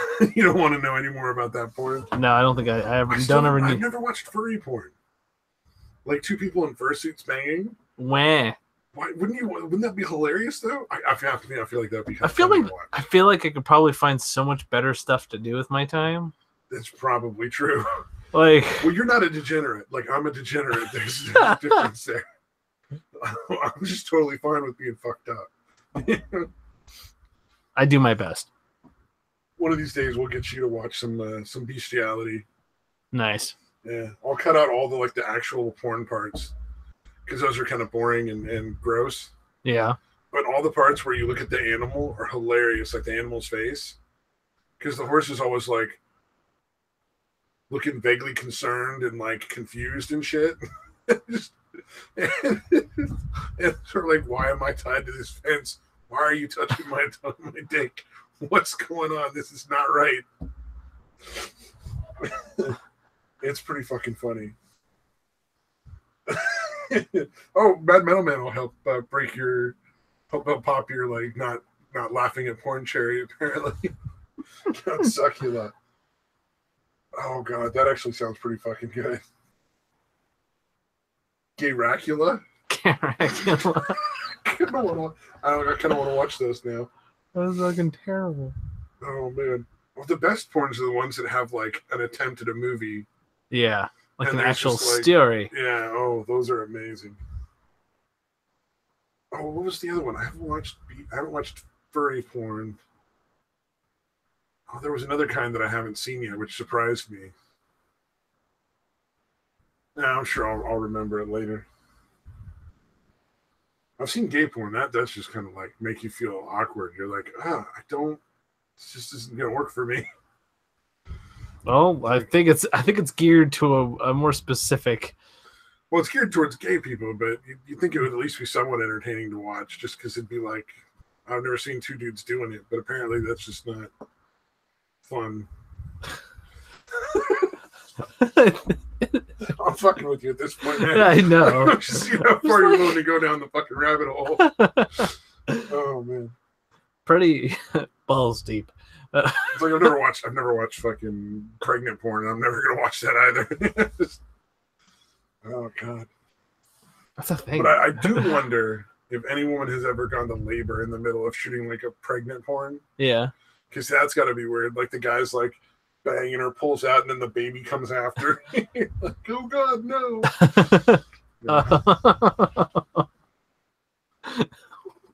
It's a whole new level of fetish. What are we even talking about? Why are we down this road? Like I said, this is the one I tweet to your girlfriend, you know, so that she can be like, what this is are you doing Sunday night? This is something to write home about. Yeah. Porn bloopers. Okay, Mad Metal Man says porno bloopers, my friend, in the chat. Those are fucking funny. Yeah. You want bloopers? That is a great set of bloopers.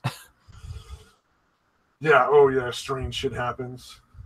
There was one where, like, for 2 minutes, the director is yelling at a guy because he won't come. Because he's having trouble, because, like, he's freaking out. And they're like, fucking come, we don't have all day. Shoot it on our fucking face, you asshole. Just fucking for 2 minutes. This director just berates the dude. And eventually the dude punches him in the face. And it's like the whole time you're thinking, you had to see that coming. Like, the director, you're like, you can't yell at a dude for 2 minutes like that and not eventually get punched in the face. Yeah. I mean, he's already feeling awkward and vulnerable. You can't add to that and expect to get out of there unscathed. Yeah.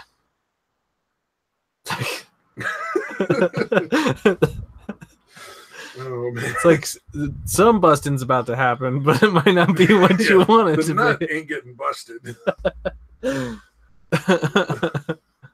But your nose, on the other hand. But the dome is getting cracked. Yeah, I know. It sounds like a punchable offense. I would agree. Punchable I fully offense. supported the guy that punched the director. I was like, homie, you get a pass. It's like, sir, this is a punchable offense. Imagine explaining that in court. Yeah. Well, Your Honor, I was jacking off on this girl's face, or trying to, and I'm just being a professional, and the director starts berating me, and it's making it harder for me to come. So I was making it a very stressful work environment. He created a hostile work environment. And I felt threatened, so I defended myself by punching him in the face. It's like, and then putting on my clothes and going home. That's the little thing. It's like you just got decked in the face by a naked guy. Yeah, it's like that would be kind of fun. Yeah, to see, not to get punched. To see would be great. There's a fucking gift that's going around on Twitter that I've seen, where it's like this little white kid is fighting this big black dude. And the big black dude like pushes him, and the little white kid starts pulling off his shirt. And the big black dude's, all right, we're gonna fight now. And then the little white guy pulls his fucking pants down. Yeah. And the black dude just, fuck this, and runs. Yeah.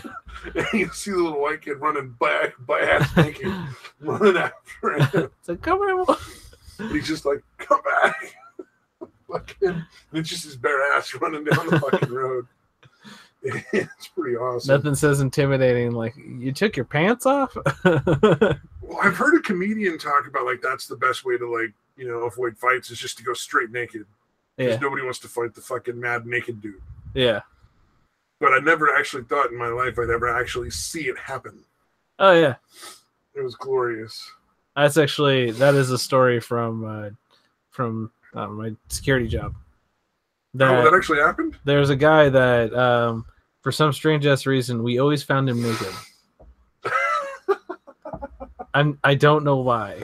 You always found him naked. You always found him naked, or he always tried to, for some reason.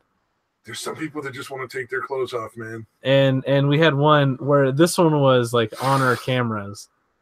And so I didn't see this because this happened during morning shift. Like he came in late on my shift and then stayed till through morning. And so I was watching the videos like later that night when I came back. And you see everybody hanging out. They walked him to the bathroom. Everyone's hanging out the door. They're like, oh, he's gonna make a run for it. Because they had him in a hospital gown. Dude runs out starts trying to run out of the bathroom, butt ass naked. And you just see one of the officers just like grab him and circle him down to the ground. It's like, I don't want to wrestle a naked man. Come on, man. Why do you have to do that to me? But it's just like, just watching this video, it's like, this is ridiculous. Maybe the trick to get him to stop getting naked is to act like it's awesome. No, I think that it would make it 1,000 times worse. Just be like, oh yeah, I'm gonna tackle you, baby. See if he stops getting naked after that. So this is how fast a lawsuit happens. Yeah. Oh, I like Mad Metal Man in the chat. You want to go strip fight, bitch? No, that's fucking funny. I love that naked guy. I'm glad we never had naked guy in any of our programs. That would have been fucking awkward. A lot of the programs I worked at were co-ed. That would have not ended well for anybody. Yeah. For when you boil the jars to seal them. So you can grab them like that, and so you can grab it like this and put it in and out of the boiling water without, burning yourself. Yeah, sounds about right. Yeah, because like when you make like standard pickles, not the fermented ones, but the ones with vinegar, you're supposed to boil them in a pot of big ass pot of water to fucking seal them. I guess the heat expands everything and pushes the air out through the lid. The rubber gasket won't stop the air going out. But then if it's tightened correctly, when it cools down, it sucks the lid down harder and it forms like a vacuum seal, like canning. Okay. And so then the pickles are like shelf stable, so you don't have to like refrigerate them until you've opened them. I guess they last, I don't know, something like a year or two. Neat. Yeah. So Detois was just changing like the laundry out, wasn't he? Yeah. Oh no, I'm back. I'm sorry. I always like kind of wait for his spot to jump back How much in. of that was he listening to? Yeah. I'm just going, you guys are fucking. Sorry, I left a little loud. Oh man. But yeah, I did admittedly do a couple other things. So I was like, how long is it gonna be? I mean, like, originally it used to be us doing this, and maybe we'd have like a third person. So we're used to trying to stretch it out, but Yeah. I was just like, Yeah. how long is it gonna take? No, I ended up going to the bathroom, and then the dogs are like we let the dogs the Let the dogs out. yeah, where the laundry room is in the garage, and we let the dogs into that little section right there. So I ended up fucking around with the dogs for a little bit, smoking a cigarette, and then fucking. Other than that, just taking a piss and getting more water. Oh, you're a smoker. Oh no. Yeah. It's always hard to go for too long without a cigarette, man. I remember that. Yeah, although I don't usually have a problem doing it. Just again, when I do stop, then I'm like, I gotta smoke. But yeah, if I don't have a reason to fucking leave to do something, I'm usually fine with it. Well, and then fucking half the time you light up, you're like, oh, now I gotta go take a shit. Right. Weird. Indeed. Cigarettes make you poop.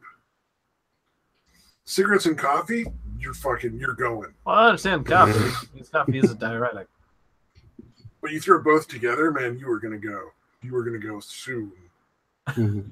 Yeah, although again, with the medication I take, yeah, going soon just kind of never happens, dude. Oh no, you're gonna have to like get yourself a bunch of fucking prunes or some shit. Prunes, stewed prunes. Yeah, I really do need to start doing something, man, because yeah, it definitely it's literally the same as what opiates do to you. It slows down your whole digestive system. Oh yeah, no, I know. We used to have a lot of clients who would take ridiculously huge doses of Docazet sodium, Mm-hmm. which doesn't know is a laxative, like a really powerful one. Yeah. No, I generally have to use a fucking enema when I fucking take a shit, dude. Oh, like, no. like literally What? more often than not, I have to use an enema to take a shit. Oh no. Yeah. Yeah, it's a fucking pain. And then I forgot I didn't forget, although I probably would have anyway. When I went to the doctor on Thursday, he ended up being sick, so all I had to do was just fucking, he just wrote me a script. They just wrote me a script. I didn't even have to talk to him because I was gonna ask him about the fucking that medication that you see. I don't know if you guys have seen the commercials for it, but the opioid-induced opioid-induced constipation medicine that you're supposed to take that's supposed to help. There's one that's, I guess, specific for opioid use. And Well, that's pretty cool. Yeah, I didn't get to see him, so I didn't fucking ask him about it. Yeah, we have a lot of people who get stopped up for medications where I work. Like that is really common. Yeah, it fucking sucks, man. Get to know your YouTubers. Yeah. Yeah, literally. Like when I first feel like I'm about to take a shit, I generally have like a good 10 to 12 hours before I'm gonna have to actually take a shit. Oh wow. Yeah, it's fucking weird. Oh, fucking cigarette. Yeah, Mad Metal's taking cigarettes, coffee, and Potter, his vices. Fucking all three of those things make me have to shit. I don't know what it is. It's so weird. Weed especially. Huh. And then it's like a super weirdly long, drawn out, visceral experience that is just weird. Okay. I immediately regret bringing this up. It's like it's taking in your head. It's taking a lot longer than it really is. Yeah. So you're sitting there going like, "Am I ever going to stop, or is this my new life? Is this it for me? Is my new life pooping? This is me now. This is my life. Cocaine? God damn. Unless he means like literal like Coca-Cola Coke. Yeah. Either way, it could make you take a crap. I don't know. But like if you were to take one of the Docazet sodiums that like the clients I work with take, you would just end up with a pair of pants full of shit. Like you probably wouldn't make it to the bathroom. This is the level of podcasting we do. This is the high grade. So I'm just gonna post the link on Twitter if you guys are cool. Yeah, the whole world's got to know about this shit. Well, I'm at the join link. I should just post the join link on Twitter because, like, I can't imagine it getting any worse than this. Ooh, look, cleavage. Ooh, piece of candy. I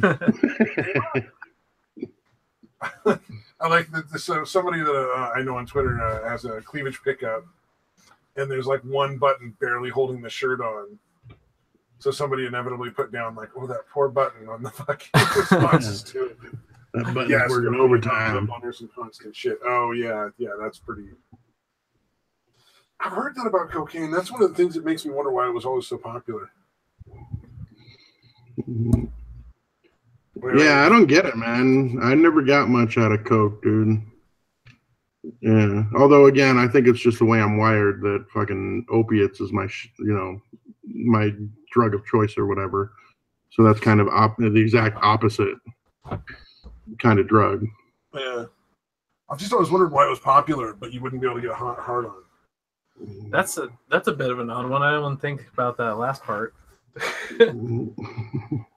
I was like, wait a minute, what? Because, like, I liked Xanax, but it made it almost impossible to get an erection. I just liked the fact that it made the fucking noise in my head quieter, like, and it made me less anxious. Oh, that's helpful. Yeah, I got that from lithium. They wanted me to take lithium for the bipolar or whatever. And I was like, my cock isn't getting completely hard when I masturbate. I can't have this happen. It's too much of an affront to my manhood. Yeah. And I'm not even getting laid. I'm just masturbating. It was bothering me, and that my cock wasn't getting completely hard. See, Engelhardt, this is the shit that happens when you get older. So this is the Thursday. No, this is the Thursday podcast, isn't it? Like this is the equivalent. We don't usually go into this on the Thursday podcast. This is just we thought we would make a special one. A new dope. Just for you. A new dope. That's perfect. Explaining the shit that's going to happen as you get older. Oh, I don't doubt that for a second. Now that you're almost 30. Yeah. We wanted to let you know what you're in for. Yeah, no. You're going to have trouble getting hard-ons. You're going to be shitting all the time. It's going to be a big part of your fucking life. It's like when and I take a shit. Yeah, that's awesome. Oh, my God. That sounds magical. On that note, I was actually going to dip out. So I will try to. I have to run back to my place, but I will try to jump back on near the end. Absolutely. So I'm aiming for 11:30 to jump back on back home. Yeah, so I don't blame you. The way we're heading, dude, I'm kind of envious that you get to leave. We're heading to the shit. Yeah. Although I guess it's I guess at this point it's all uphill from here. Oh yeah. Can't get any worse. Oh, man. Yeah, thanks for stopping by, brother. Will do, man. Mad Metal makes a point. You're gonna fucking get hair in all sorts of weird places. Dude, I already have hair in all sorts of weird places. That's right. Yeah, you're like I'm already a hairy motherfucker. Yeah. Eventually, you just accept the gray hairs instead of being angry at them. Yeah, that'll happen. I will willingly accept my gray hairs. Thank you. All right, so I'll catch you guys later. All right, man. Peace out, dude. Hey, have a good night, brother. Oh, well, that's right. I got to run out and fucking close the door in a few minutes. So the button's right by the door on the left side. I'll just run out super fast. Okay. Or yeah, if the front door is, if there's nobody, there's somebody sleeping by the front door. I'll open the garage and then I'll close the door. Hit the thing. Okay. Just there's a sensor at the bottom on the front. All right. Okay. Not walking around tonight, huh? He thinks he's going to run out of the garage and jump over the sensor and under the door. I'm not sure. I think he has the athletic prowess, but it may take him a couple times. At least he is still a youngster. He can probably pull it off. Yeah, I just need to start fucking working out. Right. Get my little fucking yoga mat in and start doing some fucking sit-ups and stuff. Strengthen my core muscles so my back can be more supported and fucking start walking and shit. Yeah. Indeed. Deal with the pain. That. Yeah. As you get older, man, if you're not doing that shit, you're gonna be fucked. Well, I like how flipped he was that we were just talking about poop all the time. Yeah, my apologies. Yeah, I kind of apologize. I kind of get the feeling that he was escaping. You know, he didn't really need to leave so soon, but he was like, "You guys are going to a weird place tonight. I don't want any part of it." Oh yeah, maybe not. Was, probably going home because he needs to get to work tomorrow. So yeah, I know. I like to think we scared him off with our weird ass fucking conversations. Yeah. Oh, Mad Metal Man in the chat saying he's working out later, feels 20 times better. It's like, yeah, I just got to get over that hump because there's like a fucking point of where you get like to a certain amount of exercise and then it stops being always painful and you start feeling better like afterwards. Like you start feeling more energy after you start working out. Yeah, you're not getting sore anymore and all that shit. Yeah. Well, if you keep pushing yourself, you will, but you don't feel sore as long. Right. You know what I mean? Like you're not gonna be sore for like the next day and you're fucking out of energy for like the next day. You'll still be good. Yeah, it's not for a fucking like 5 or 6 days like it is when you first start. Oh yeah, Indeed. Exactly. Like there's times when I do like chores around the house now, and I'm like, all right, I gotta go fucking sit down. Oh, my poor back. I gotta go sit down and not be in pain. Yeah, mine's been pretty bad the last pretty much since that last Sunday night. Yeah, since last Sunday night, man, it's been really fucking with me. Oh man, I'm sorry I made you play the game. But still, not pleasant. The VR chat was too stressful. I think that honestly, I thought about it since then. I think that was just a coincidence, dude. Oh no, I'm sure. Yeah. It certainly wasn't helping, I guess. But oh wait, Mad Metal in the chat says, "Dude, bad back's on. You have a bad back as well." Fucking, this is like fucking. You should get on and be like the old man fucking podcast. Right. I can't take a shit. Listen to us groan as we get up and sit down on. It was too stressful. He thinks he blew a disc. Maybe I should invite her to this one. It'll be like an hour of chaos and she talks about ponies and fucking cooking. Indeed, I think she's drinking her fucking blue coffee. I think she's trolling people with the pictures on the Twitter now, for sure. Yeah, it has to be. I like I said, I would not be surprised if that was her fucking egg coloring thing, and she just decided to put a little lipstick on the lip. I think so. Unless she makes blue coffee, I don't fucking know. Yeah, I'm not familiar with blue coffee. Maybe it does exist. It might. Yeah, we are all in our 80s, Mad Metal Man. That's exactly what it is. Yeah. Only physically. Mentally, I'm still like 18. Oh, man, you're way older than me. I'm like 13, 12, 13. Yeah, I may be old, but I'm incredibly immature for my age. Oh, yeah, Mad Metal says she's a top-tier troll. Yeah, no, I totally get Opal is trolling most of the time. Yeah, that was my theory all along is at first it was genuine, like her bad cooking, and then she saw the response, and that kind of went with it from there. Some of the things I think were genuinely bad cooking because she probably just never cooked that dish before.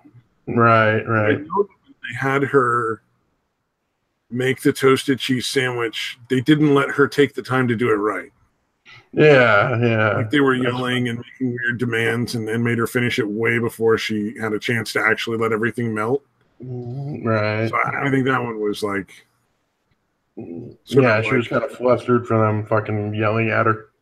Well, I don't know. Mad Mel says, no, her cooking is shit, but she tries. I do know that she cooked some steaks that actually looks pretty good. Yeah.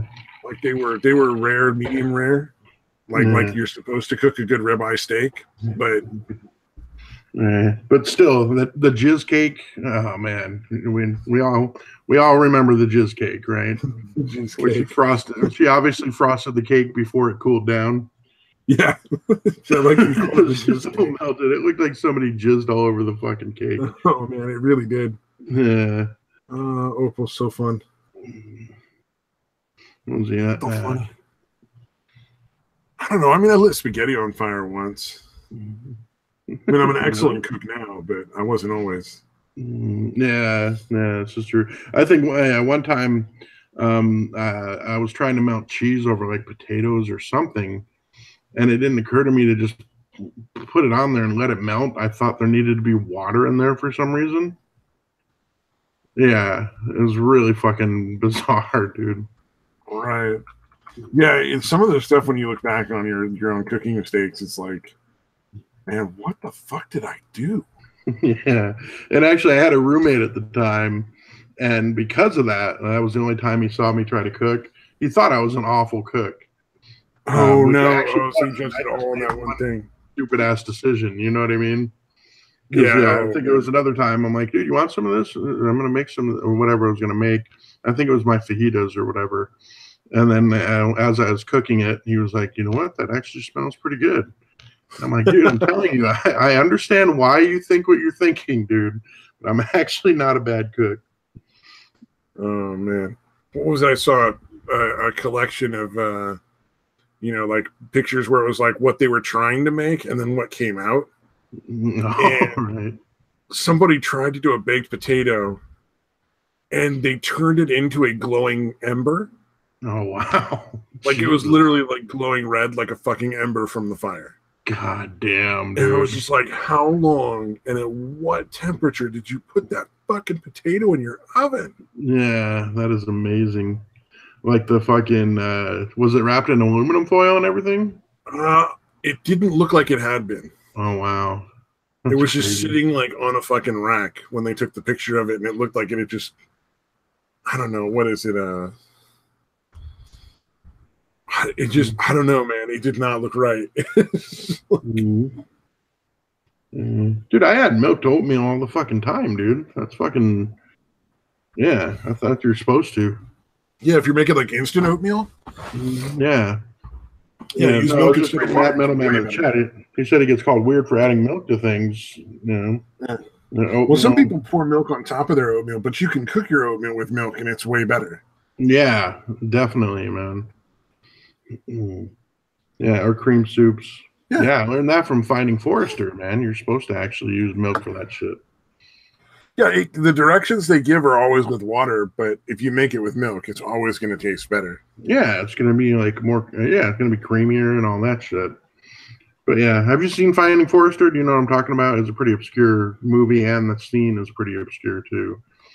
No? But yeah, anyways, there's a scene where the guy asks Sean Connery's character, like, why are you stirring the milk? Or why are you always stirring the soup?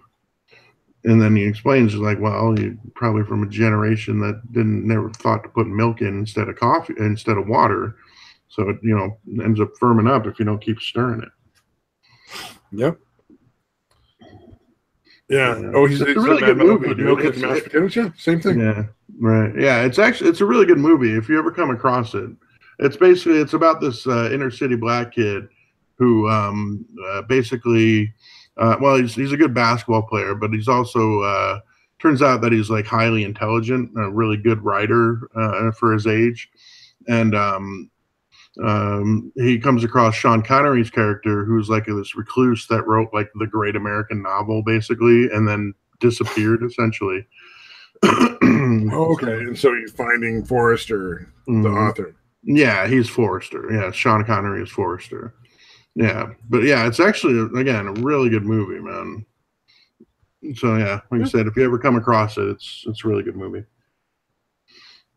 It does sound pretty good. Yeah. Kind of same line as like What's Eating Gilbert Grape and what do you call it? More like Good Will Hunting, I think. It reminded me of Good Will Hunting, just because like he didn't get good grades or anything, but then he took this like assessment test, and it turns out he was fucking really brilliant. and he ends up getting transferred to like a private school, not only because he's really smart, but also to be on the fucking basketball team. Oh, okay. Yeah. And then stuff happens. There's strife and etc. You know the way movies go. Oh, I finally watched The Big Lebowski, by the way. Yeah, what'd you think? Excellent movie, man. I wish I'd seen it sooner. Dude, literally that is one of my all-time favorites, dude. I fucking love that movie. I love how the conversations are sort of with each other, but at the same time they're all sort of having their own conversation. Right. Unrelated to the other dialogue in the movie. Like that was very entertaining. Nah, shut the fuck up, Donnie. You hear that about 50 times in the movie. Like it's very rare that like Lebowski or what's the Vietnam vet guy? Solchek. Walter Solchek. It's very rare that they actually respond to what the other one said. They're having a conversation where they're assuming certain responses because they know that it's going to be responded to it a certain way. Yeah. Like they just know each other so well that they're like, oh yeah, I'm going to say this, he's going to say that, so how I got to say this next. And yeah, and you notice how everything he managed to tie back into Vietnam, dude. Vietnam, every fucking thing. Yeah. And eventually, like, Lebowski addresses it. There are rules. Your foot was over the line. Well, and then Lebowski eventually fucking addresses it towards the end of the movie. He's like, it's not fucking Nam, man. What the fuck does everything have to do with Vietnam? It was great. That was good. Right after he had Donnie's ashes fucking all over him. That seems so ridiculous, dude. Yeah. He fucking scatters the ashes and he's kind of looking around. And Lebowski's just standing there, stone faced, dude, with fucking Donnie's ashes all over him. Oh, man. Fucking great movie. Oh, Burn After Reading? I've seen Burn After Reading. Man, I think I have, dude. In the chat. Actually, I haven't seen that. I'll have to fucking check that out. It's a bizarre one. It's like a really convoluted fucking thing going on. It's been a while since I've seen it, but it's got some. Have you ever watched? I can't remember. There's somebody I know that hadn't watched the Eternal Sunshine and Spotless Mind. Was it you? I've seen it. Oh, okay. What did you think of that one? It's been a long time, but I really enjoyed it. I think it was one of the first times I really realized like how fucked up in the head Jim Carrey really was. Oh, right. He's a great actor, though, man. He really is. He's an amazing actor. Yeah, he really is, man. But it's really like you could see like some comedians you don't necessarily see the pain that the comedy comes from. Like with Jim Carrey, though, in a lot of his movies, you're like, oh, yeah, no, that's where the fucking comedy comes from. Right. Yeah, like this dude has a pretty fucking tortured soul, man. Yeah. He's been through some shit in life. It's pretty fucking obvious. Yeah, like his dad never really accepted what he did, and he's never really fucking made peace with that. Even now his dad is dead, and his dad died before he really got as much success as he would have liked. Right. You know? Yep. Pretty fucking crazy. He craves that fucking acceptance from everyone, you can tell. Right. Yeah. Again, I still cannot bring myself to go back and watch the rest of the fucking him playing Andy Kaufman and all that documentary. The documentary about that? Yeah. I still cannot bring myself to watch the rest of it, dude. It's so fucking unsettling, dude. To watch fucking Jim Carrey as fucking Tony Orlando talking about Jim Carrey on a really intimate way, like on really intimate fucking terms, dude. I was like, holy shit, dude, this is fucking creepy. 23 I can't watch. I don't think I've ever seen watching it, but I got the feeling he was going to kill his wife and his kid, and I just couldn't fucking do it. Mm-hmm. Yeah, I don't think I've ever seen that. Is that what happens? 23, I don't know. I didn't watch the rest of the movie. I only watched the beginning. Okay. Carrey plays, I think it's a security guard who slowly becomes obsessed with this book and the number 23. Mm-hmm. All right. Like neurotic obsessed. Yeah. And starts to fucking like have all these weird delusional dreams and fucking fade in and out of reality kind of moments. And I just assumed like it felt like it was going to him fucking killing his wife. And I was like, nope, can't do it. Yeah, like I don't want to watch that. Don't care how it happens. Yeah. It was too real for me, man. I was like, I work with people that have all sorts of fucking mental health. I can't do this as my fucking part-time. Gotcha. I'm obsessed with the number 3. Oh yeah. Oh yeah, dude. Yeah, like as I'm reading, if I'm reading something, I will count off the letters in groups of 3. Really? As I'm reading. Huh. Yeah. And I have weird little rules for it. Like an I actually counts as 2 because it's 2 separate little pieces of, because it's got the dot and the line, so that counts as 2. And it's weird shit, dude. That middleman lives by the number 9. You guys are close. Yeah, nice. 3. Yeah, what's 3 times 3? 9. That's 9. Although, you know who else is birthday obsessed with the number 3? And this is why I feel like I'm in really good company. Tesla. Oh, there you go. Tesla was obsessed with the number 3. Like if you get towels from, because I think he lived at some hotel in New York for most of his later life. When he would get towels, he would have to get 9 towels. He'd have to get 3 groups of 3 towels. Huh. Like that kind of shit. Yeah, I look for weird patterns. I always see patterns in things that other people don't see, but I don't know. I don't know if it's not the same level as I think what you and Mad Metal Men are talking about. Yeah, and then like my OCD, if I'm walking across a tiled floor, I can only step on almost like checkers moves. I can't step on the one directly in front of me. I can step on the 2 on either side or the one on the other side of it. But like the way you move in checkers. Yeah, I have to step on the tiles in that pattern as I walk. See, this is why those fucking cunts who are like, I have to clean my bathroom after a month because it gets too gross because I'm totally OCD. Piss me off. Right. It's because it's not OCD. Like OCD is a totally different fucking animal. Like what you're describing is like OCD. Yeah. Or again, stepping on cracks, that kind of thing. Yeah. Or as I walk, how do I explain this?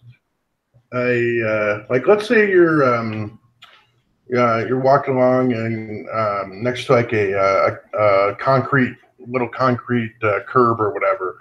You know how there's a break every so often in it? Yeah. Oh shit! Did I cut out again? Are you still there? Yeah. No, I heard you. God damn this fucking thing! Shit. Oh no, where are we going now? Okay, all right. Okay, I can hear you again. Okay, so you know how there's that little partition every once in a while in the concrete curb? Yeah. I know what you're talking about. If I'm like walking along that, it's almost like there's an imaginary line that extends from that, and I can't step in that area. I have to step past it or step short of it, and step over it. Huh. Or if I'm walking down a hallway, wherever the doorway is, like if there's a doorway on the right, wherever that doorway is, I have to step with my left foot inside the doorway frame. And again, vice versa. If the door is on the right or on the left, I have to step with my right foot in the area where the doorway is. Oh, that is a little weird. Yeah. Mm-hmm. Yeah. And again, these, it's kind of weird. Like when I was younger, it was a lot worse. I can not do these things, but at this point in my life, it actually takes more effort to not do them. Does that make sense? Yeah, no, I dig what you're saying. Yeah, there's sometimes like you're doing is silly. You're like, yeah, this is fucking silly, but it makes me feel so much better to do it than not to do it. Yeah. Actually, it's not even at that point anymore. It's just a habit. Like I have no problem not doing it. Like other than again, it actually takes. It's like an unconscious thing now that I just do it. That again, it actually takes conscious effort to not do it. But yeah, it's not like any kind of anxiety. It's no longer any kind of anxiety about it or anything like that. It's just the fact that it's easier to just keep doing it than not doing it. Mad Metal Man says it's a group therapy tonight on the Chatterbox. Apparently, Chatterbox is the name of a movie about a singing vagina. Yeah. So I'm down with that. That works for me. No, my anxiety is all fucking based around thinking I'm having a fucking heart attack. Which is fucking awesome. Oh, jeez. Yeah, I probably should have that fear, considering my age and how fucking overweight I am. Fucking. Oh man! So Kevin Smith had a heart attack, right? Like not that long ago. Yeah, right. I made the mistake of watching his comeback podcast, and he started talking about his heart attack symptoms. So now, like the last couple times I've had anxiety attacks, I start to feel those symptoms. Oh man! And I fucking intellectually, I know it's my fucking brain fucking with me. Mm-hmm. I'm like, it's exactly like what he said. Clearly, this is fucking bullshit. I'm not having a heart attack. I just feel like I'm terrified, like I'm having. Doesn't that almost make it worse that you're aware of that it's in your head? You know what I mean? It's so fucking hard to let the fucking, because essentially once you've started a panic attack, you really have to just let it crest. Yeah, you kind of have to just ride it out. You got to let it get to the fucking peak, and then it fucking comes back down, because eventually your body just can't sustain the fucking. Yeah, it can't stay at that heightened state forever. Yeah, the adrenal response will eventually end, because your body only has so much adrenaline, and it'll only fucking do it for so long before it starts to be like, okay, this is bad for us. We gotta, and nothing's happened, so we gotta stop. And so, and for me, what happens is like, so the Kevin Smith stuff, listening to him describe having a heart attack fucked me up a little bit. And now I know I'm probably going to have at least 2 or 3 more incidences, and they're all going to be a little less bad than this one. And then I won't have them anymore for that. That won't get me anymore. Yeah, like that'll be done. That'll be burnt out. Whatever. It's like my brain is this thing like we're gonna make you think this is working. Oh shit, that didn't work. Let's find something else to fuck with him over. Right. I don't know what it is. But but again, I think for me, being aware of this kind of shit, that it's in my head makes it so much fucking worse for me. It really does. Like, dude, for the longest time, and this is really bizarre considering what I went to fucking rehab for. I had the hardest time swallowing pills. Like, even if it was just 1 or 2, a lot of times I would go to swallow them and I wouldn't swallow them, or I'd fucking gag on them. Like, I had this weird, fucked up mental block about swallowing pills.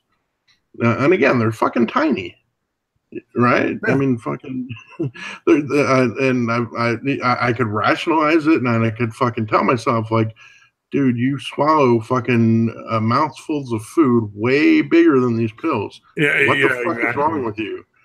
But my dad, I had to swallow pills.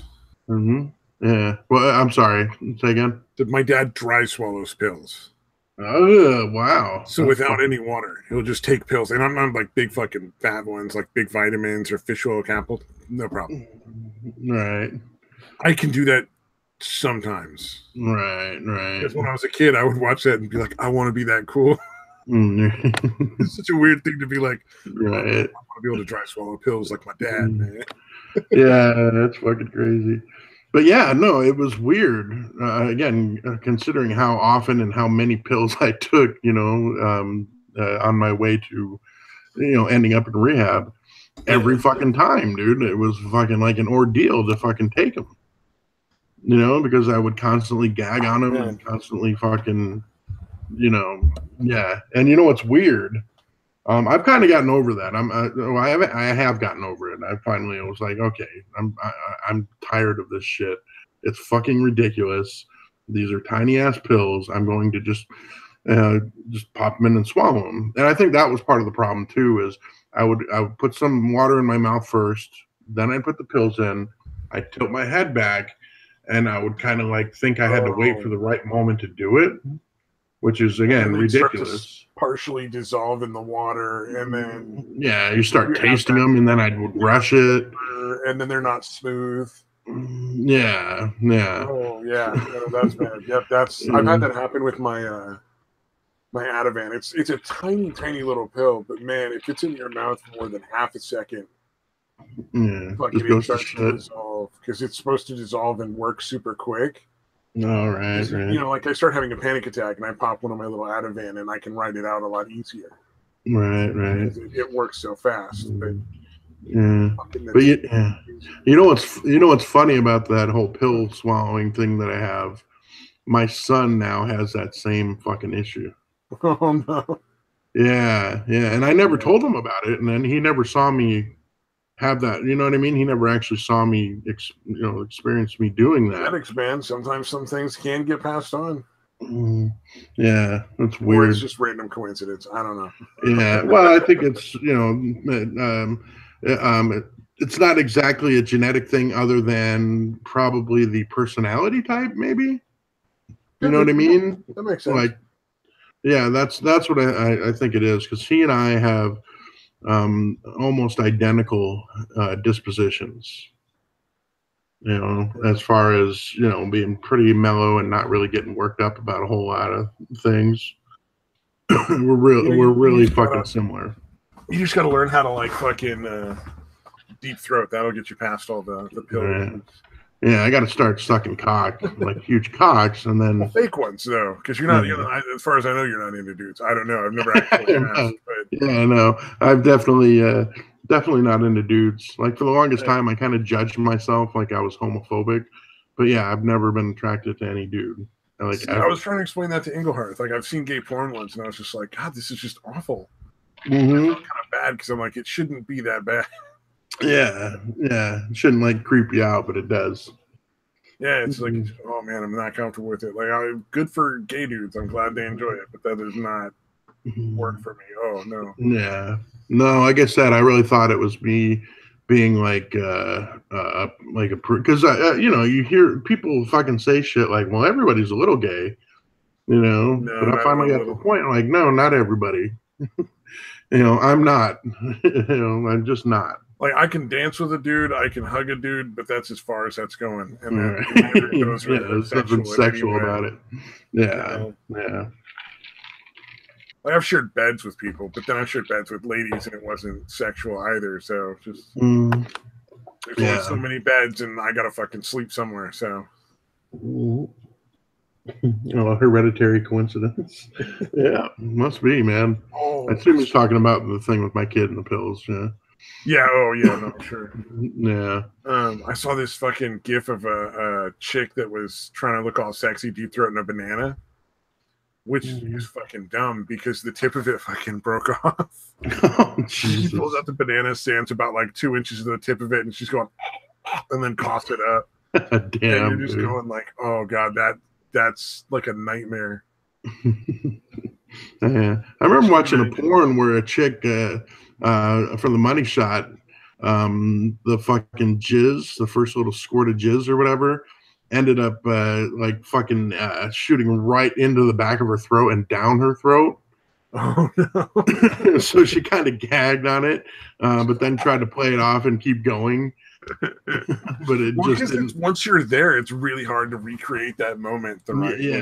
That's what I felt the worst about for her. Is like, God, she's got to fucking take another fucking load. She's gonna have to do that shit again. Yeah. What was it? We were talking about porn earlier. I think while you were gone, and blew on poor Engelhardt's mind a little bit, and because I'll watch fucked up shit and laugh at it because I'm a degenerate person. You're a degenerate, but you're definitely a fucking weirdo.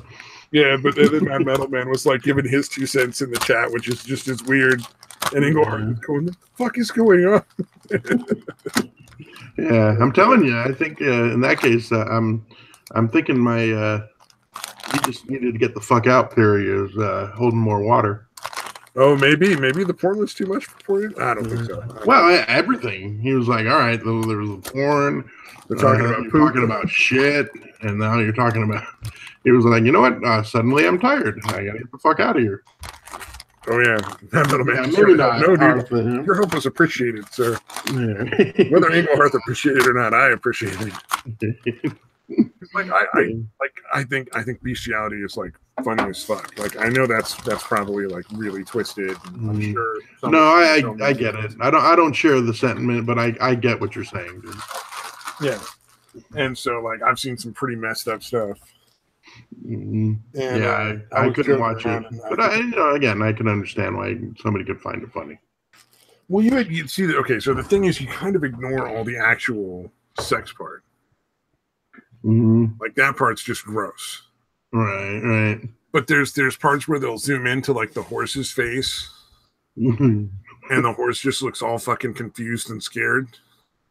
And the look is very comical. There's something wrong with this. Like it just has kind of like a surprised look, like really, it's like, what is going on with my dick, and why am I tied to this tree? Why are you all around me? This is not cool. I know for a fact that is not a horse on my cock. That is not another horse. Like, ridiculously satisfied. Like their tongue's just laying like 6 fucking inches out of their mouth. They're just like, oh, this is great. Damn. I've seen a couple with pigs. That was weird. Yeah. Doesn't a pig have a weird like corkscrew cock or something? Dick. Yeah. I saw when I was at a petting zoo once, and I saw a pig trying to fuck a little goat. Oh, wow. They're both pygmies, like a pygmy pig and a pygmy goat. And the pig that sounds up fun. on the back end of the goat, and just like eats this little corkscrew thing coming out over and over. And the goat was just like not having it. Right. It was pretty funny. I'm like, this is a great petting zoo, man. Kids should all see this shit. Oh, fuck. That's fucking amazing. Dude, there's a zoo, or they call it a wild animal park. Like we have the Phoenix Zoo, and then there's one way the fuck out in Northwest Phoenix, like pretty much out of the city. They call it wild animal park. I took my son there one time several years ago. He was probably 6, 7, and they had the giant tortoises, and the two giant tortoises are fucking. And it's like clank, clank, clank. Yeah. Well, they're not hardly moving, dude. It's basically, the chick's just sitting there, essentially, and the dude's like, angled up on top of her, and basically, you don't really see him moving, like hardly at all. But like every fucking few seconds, you hear from the fucking dude a noise like, ah, like that, dude. And again, it looks like they're essentially not moving at all. And all it is that fucking dude making that noise like every few seconds, like fucking clockwork. And I'm fucking laughing hysterically, dude. I think it's fucking hilarious, dude. And my son, who's fucking, again, maybe 6 or 7 at the time, he's like, "What's so funny, Dad? It's just nature." And I'm like, "Dude, trust me, that is fucking hilarious." And I was like, God, that's yet another example of my son being more mature than I am. Oh man, I gotta say that the Bedroll Man was talking about his friend wanted some fucked up stuff in his bachelor party. He asked for bestiality, so they gave him March of the Penguins and the Ninja Turtle. Nice. I've seen the Pokemon parody porn. That shit was fucking disturbing. I don't know. I've never watched any of those. Shit. It actually sounds fucking hilarious. Oh, the girl looks horrific. Let me see if I can find a picture that's not unsafe for work. Right. That's not actually showing anything. I don't like. That's all you need to see. Gotta snatch them all. Hey, Arth, welcome back. We thought we scared you off with all the weird fucking talk tonight. No, it's all good. All right, so let's get back to what we were talking about before. See, I guess we are. One of these. Come to think of it, I guess we are, aren't we? Yeah, you didn't really deter from the last time while we were talking. So, all right, just fuck it with you. That's funny. Yeah. But yeah, no, kind of fucking. It does sound pretty funny, the parody porns, but I've never watched like any of them. I'm looking for one I can edit.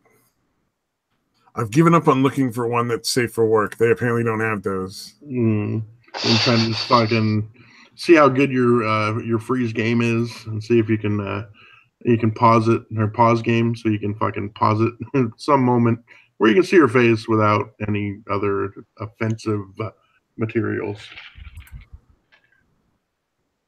Oh, it's a little fuzzy, but this is going to have to do. Let me make sure I close down the rest of what I've got. I just take a minute here and realize, fucking, why am I doing this? I don't know. Oh my God. And that's how Stabby got arrested. Yeah, it's your search history, man. Right. Yeah, my search history is tragic. Oh my lord.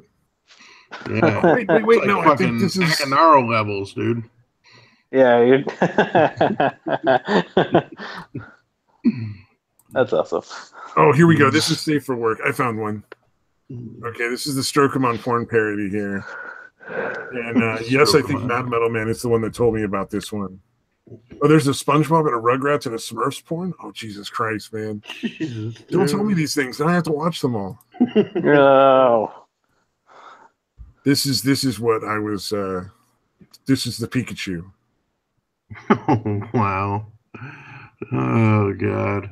What the fuck am I looking at? A little fucking creepy. That's gonna keep you up at night. Yeah. Yeah. Oh man, but that, like, who saw that and said, yeah, there's a scene where that's sucking his dick. And that's Oh my God. That is creepy. Yeah, the fucking redhead's hot though, dude. Oh yeah, you know what? The chick that plays the Pikachu is really hot when she's not in the makeup. Mm. You know, Yeah, it that seems like makeup they could have is- just painted her face yellow and that would have been close enough, right? Like fucking, they didn't need that weird mask thing that they have over it. They're like, nope, this is not nearly creepy enough. Let's fucking put a mask over her. We have to make it look as authentic as possible. Right? You gotta get the realism. Yeah, when you're you're going. shooting a Pokemon porn. Yeah, you gotta shoot for canon. Yeah. You gotta have integrity when you're doing this kind of work. Yeah. That's disturbing. You're welcome. Just take Oh, I man. want you to remember that when you're sleeping, just, you know, trying to sleep tonight, just dream of the Pokemon chick. No, that's what the booze is for. To try to forget. Yeah, the memory eraser. Yep. Booze, I don't know what the happened that memory night. eraser. Yeah. I don't know what happened that night. I was way too drunk, and that's probably a good thing. I don't remember any Pokemon porn, and you can't make me. Yeah. Oh, would you guys? Yeah, I'm sure you guys haven't. But Mad Metal, have you seen the Grinch Who Stole Christmas porn? Oh, Jesus. There's a point at when Cindy Lou Who's parents are fucking down the stairs, and I don't mean like on the stairs facing down. I mean he's fucking her while they're both walking down the stairs. It's fucking insane. It is one of the more epic moves I've ever seen in a porn. Like thumbs up just for the fucking athletics. Damn, dude. So Cindy Lou Who's mom and dad come downstairs and find the Grinch railing Cindy Lou Who. And they don't freak out. She's just like, no, let me show you how it really works. And then they like compete. God damn, man. It's the most. It's like, and you're just like, that's her daughter. Like, that's so fucking dude. rough. I cannot. Like, I actually like stepmom, stepson, or stepdaughter, stepdad. I actually enjoy that, dude. But I cannot get into it if they're claiming that they're actually related. Exactly. Like, See, I cannot fucking do it, even though I know they're not in real life because they're two actors.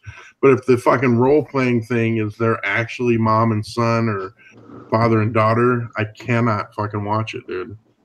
I cannot fucking get turned on by it.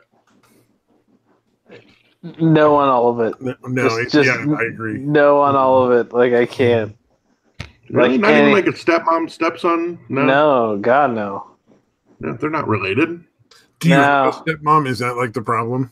Well, it's more like I have a stepdad, but still, like, even that kind of like thought process, it's like, it's just, sounds grody. Stop really judging me, Angle. Judging. I'm judging you super hard, man. I care so much about this right now. There's a Guardians of the Galaxy porno, but it's not. Rocket Raccoon isn't played by like a hot chick. Wow. Rocket Raccoon's probably like some. Well, his name is Rocket Raccoon. Oh, but there are a lot of ladies that do Rocket Raccoon as cosplay that are super hot. But if it's going to be we're talking that's cosplay. We're talking porn. Yeah, like, but I don't know, man. I just think a dude in a raccoon suit would be kind of gross. But his name is literally Rocket Raccoon. That sounds like a porn. Like if the guy's last name was Raccoon, it sounds like he would call himself Rocket Raccoon. Yeah, just because that'd be like his porn name. Oh, dude, that does kind of remind me. I don't know why, but something in there reminded me. The dude I was talking about on the chat in the game, the one that keeps bragging about how rich he is. I actually had asked him. I'm like, hey, are you into Findom at all? Because we're actually looking for a pay piggy for our clan. That was one of my fucking responses to him, dude. Oh, that fucking weird financial dumb stuff is so bizarre. Yeah, you have a Findom fetish? Because we're looking for a pay piggy. Yeah. But yeah, It really is. It's fucking weird. Because again, it's not that well known. I thought just I didn't know about it for a long time, but yeah, it's really not that well known. Because I had to explain to a lot, not everybody, but probably about half the chat was like, "What the fuck is that?" Hey, you had one of those moments where you were like me for there, like where everybody's like, "What sort of degenerate shit are you talking about?" Damn, dude. Yeah. Damn straight. Okay. Oh, have you guys seen the Groot Hodor rap battle? Groot Hodor. Yeah. No. Oh, is that part of one of the epic rap battle thingies? It's one done by like just a random YouTube group. It's not the actual epic rap battles. Oh, gotcha. But you know how Groot always says, "I am Groot." Right. So all of his raps are, "I am Groot, I am Groot, I am Groot." Hodor. That's pretty good, raps dude. are just Hodor, Hodor, Hodor, Hodor, Hodor, Hodor. And they fucking subtitled it to tell you what the raps were supposed to mean. Oh, jeez. Nice. It was pretty clever, dude. That is pretty clever, man. It was fucking hilarious. Mm-hmm. That's a good touch. I like that. It's I forget the name of the group that does it. Oh, that's gonna bug me. Because they do a lot of really good video game, like comic book joke videos. It's not Rooster Teeth, is it? No, it's not Rooster Teeth. Mm-hmm. They're based. This one's based out of LA. It's like a small group of like 5 dudes. Mm-hmm. Oh, yeah, if only there was some kind of interconnected web thing that we could look this up on, so you wouldn't be wondering. I think I have one of the fucking music videos bookmarked, actually. The Warp Zone? Yeah, the Warp Zone. You're right. Yeah, amazing. I don't know how I found that. I just guessed. But they're excellent. Like if anybody's ever fucking bored, they have some pretty good like comic book, video game humor stuff. They do some fun little music videos and stuff too. I'm down for some rap battles and. Yeah, those are usually pretty fucking funny, dude. Oh man, I don't think I could rap. I don't think that's in me. Yeah, I can't see you rapping either. I'm just suddenly tripping over my words. Stabby, did I ever send you the that Skyrim parody? The See Now Scribbles? I think you did. I don't know. You could send it again if you want. I mean, I'm a fan of the Skyrim, dude. That's definitely something I'd watch again. Dude, it is fucking hilarious, dude. Yeah, the dude that does it, he actually also does, I think, like the Witcher 3, Fallout 4 parodies. He's a really funny dude, man. But he does a fucking, again, amazing job with the fucking Skyrim one. Yeah, I'll resend it to you because if you didn't watch it, you have to fucking watch that shit. Really fucking funny. Let's see. Oh, now we get to the point where we're like talking about stuff we've watched on the internet. Right. That's usually when we know we're winding down, right? And we're at 15 minutes.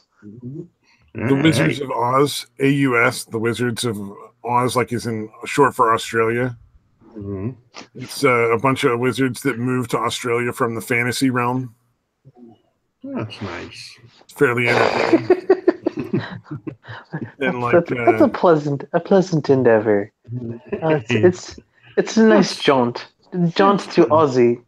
Yeah, well, you've got like one wizard who's like, I'm not going to use magic and I'm just going to live a normal life. And then you've got his like mortal enemy decided to follow him there and just starts fucking killing people at random and all sorts of shit just to fuck with him. It's very funny. I'm not doing it justice. Right. Oh, okay, dude. I thought this was another porn thing, dude. No. This is just a like YouTube video. He's like, no, I'm actually being clean on this one for once. Right. Finally. They're not that different. To be honest, like to me, it's all entertainment. Right. So like in my head, I don't see why people differentiate, but I'm a weird dude. Yeah. So yeah. I think you're finally, 40 years in, realizing that you don't really think like other people. So that's a good thing. It's a good realization to make at some point in your life. That's what we're here for, Mad Metal. You read the thing? Read the chat. Read the chat. You can read the chat. I'm not the only one that can do that. Does it say I'm cycling through my VSTs? May start recording here in a bit. Is that the one you're talking about? Yes. See, this is what we're here for. We're for the random garble in the background while you're doing just like the remedial shit in your life that you have to take care of. It's like we're that voice. If we can reach and help just one person, it's all worth it. Unless you're Stabby, then you're that voice in somebody's head. Right. Tries to tell you to do bad shit. Well, I take a moment to talk to you about all natural male enhancement supplements. Mm-hmm. I've been taking these for the last couple of weeks, and boy, I'll tell you, the missus is really enjoying it. And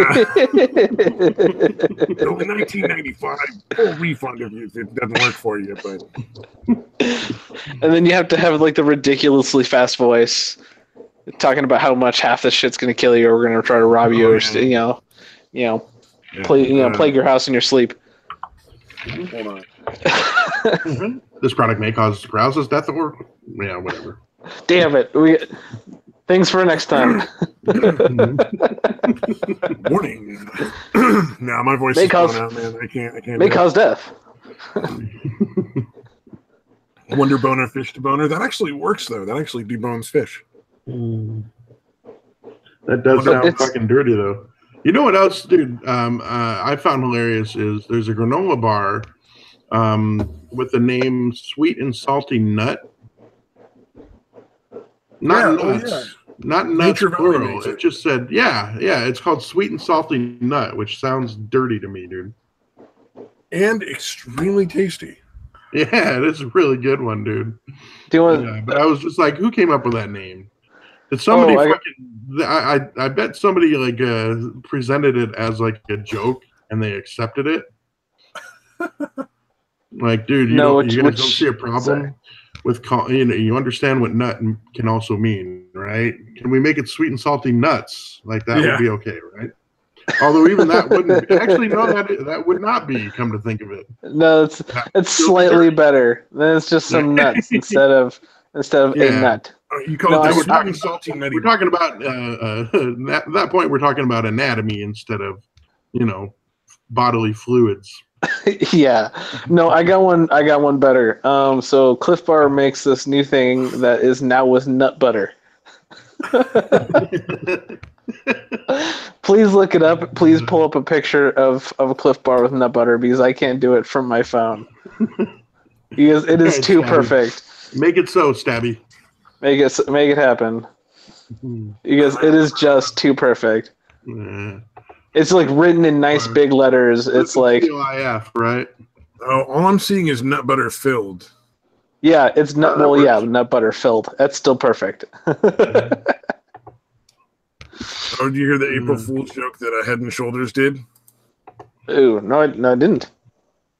Well, here we go. They announced the body wash, Head, Shoulders, Knees, and Toes. Here's zoom in. Oh, let's see here. Here we go. Honestly, though, they should make that product. Nut butter filled.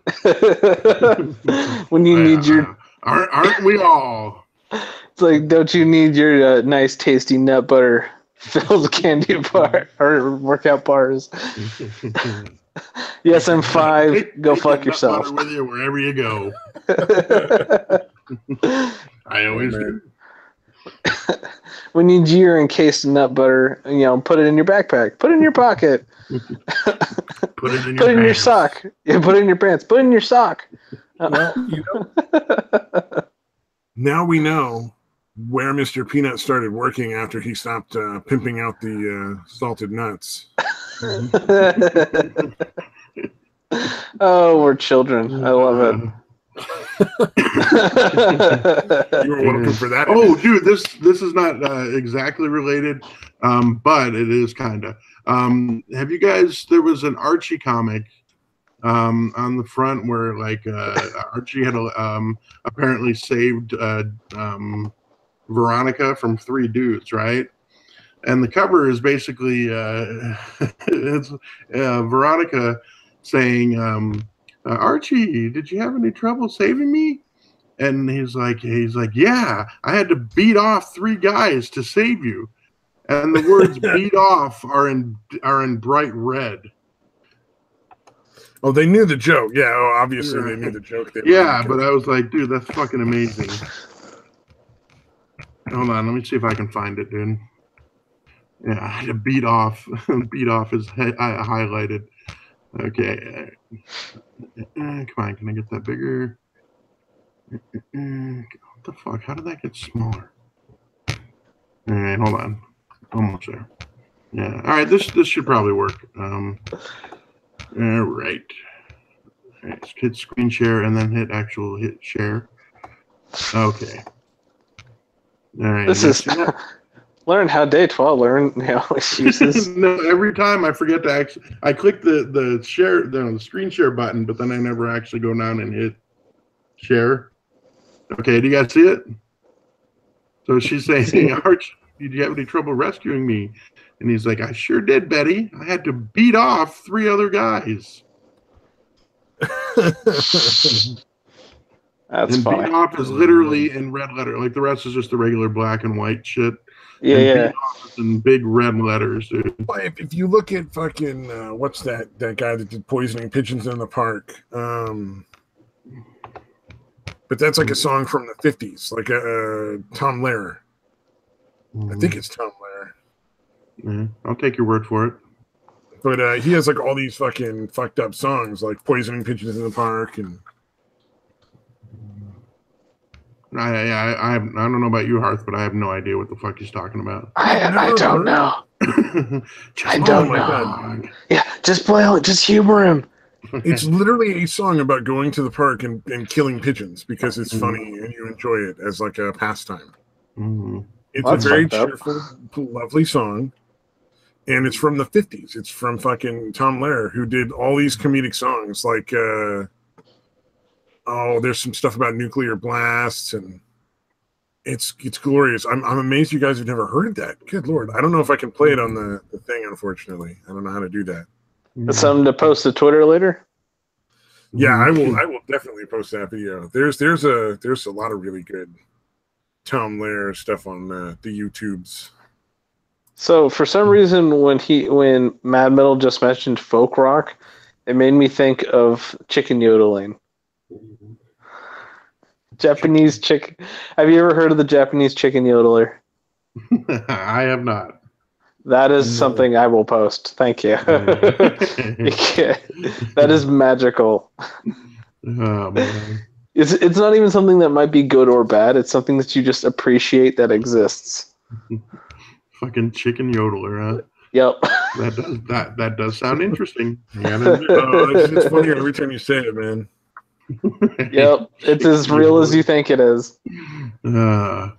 Yes, please tag us in that when you fucking post that. Yeah. That reminds me of a couple weeks ago. A couple weeks ago, I said I was going to find you that Tonkasaw video where the Ranting Monkey Tonkasaw one, where it was just them talking over each other. I tried to look for it, Hearth, and I couldn't find it. I don't know if you remember what I'm talking about, but I was trying to find you a video, and I fucking searched for it, and I think the dude took it down because it was so horrible. I feel so bummed because this is something I totally remember. Yeah, I kind of figured, but I figured well, it's like the Twitter exchange that Tonka had with me. He deleted all of his tweets. Right. So now it looks like I'm just talking to myself. Dispose of the evidence. Dispose. Well, I mean, what evidence? Like, who am I? I'm fucking nobody. You know, like it's not like it's ever gonna matter. That is kind of funny, dude. Hey, it matters enough for him to take down his shit. Yeah, I thought that was pretty fucking funny. Like somebody invited told him, like, that was horrible. One screenshot that I saved and tweeted back at him. I'm like, you fucking said this. Like, you said you have people that actually fucking report to you on shit that people say on this podcast, which is ridiculous. Yeah, this podcast with its 5 viewers, you insist on hearing back on what we fucking say about you. Hey, if our fan base is a bunch of people just snooping and eavesdropping. It's all spies. It's true. It still counts as a view. Hey, that works for me, man. Hey, while you're in here, click that like button. Yeah, you feel it while you're watching this and screaming at your computer screen about how I'm I don't know, the devil or something. How Stabby is just too scared to go on the Kumite. Please smash that like shaking button. in my boots. Yeah. Oh god, that's so good. Man, just a feature reference. I don't report shit. We know that, dude.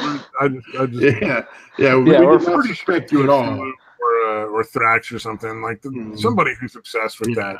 I suspect Geek because he was watching the show for a while there, and I assume he was doing it undercover. That's funny. Only after I made him look dumb on Twitter, though. I think. Yeah. Plus, again, Geek Thulu does really seem to be auditioning for the attack lapdog spot with the Potato Head Mafia. Geek Thulu is their attack labradoodle. Attack labradoodle. There you go. That is a coveted spot. There's a lot of people. Him, Sinatra says, there's quite a few that are seem to be perpetually auditioning for that role. Oh, I wonder if he gets out Scooby snacks. We'll see. I like the attempted laugh on the Scooby laugh on that one too.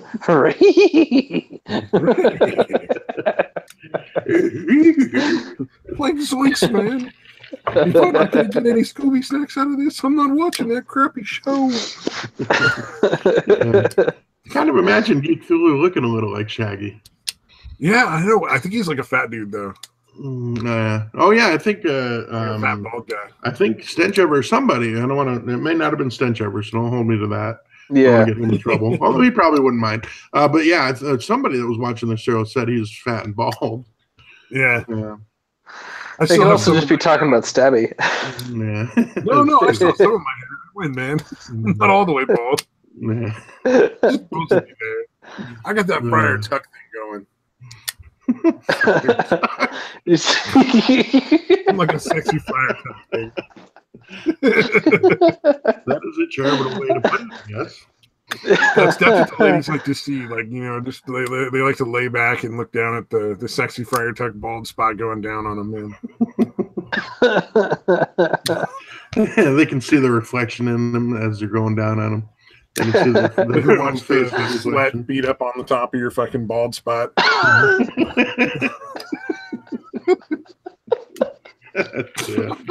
Holy fuck. Oh god. Oh, Mad Metal said skinny and bald. Oh, everybody's bald, man. I don't know. Except for Engelhardt. Engelhardt's got that Jufro. I got a little bit of Jewy going on over here. Oh no, I still have a luscious head of hair, man. I'm morbidly obese, but I still have a luscious head of hair. You know what? That you got your hair, man. Can't complain.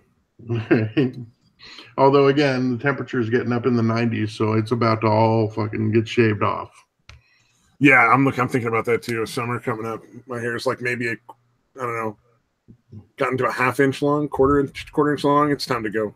No, mine actually let it grow pretty long. It's about a good 4 inches long over the winter this year.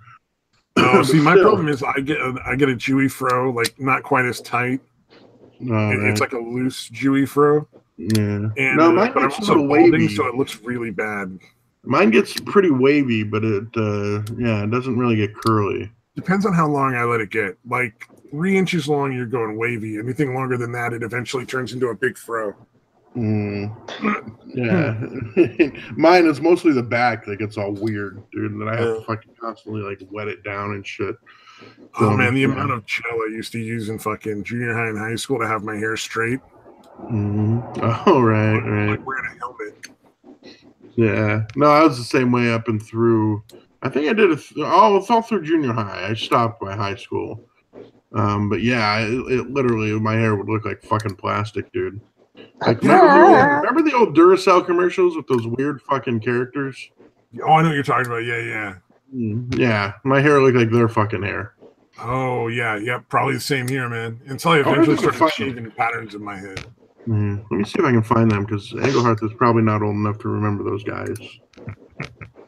Either it's another thing. Either it's something that. Oh yes, no, I actually remember them. It's just it takes a little bit. Yeah, you were probably very very young when they came on, dude. And those commercials came on, but yeah, I probably would have been in your lifetime at least. That's creepy. Yeah, but yeah, that's my hair. Like some plastic. No, actually the thing is that I didn't get my fro-ness until high school. I had perfectly straight hair.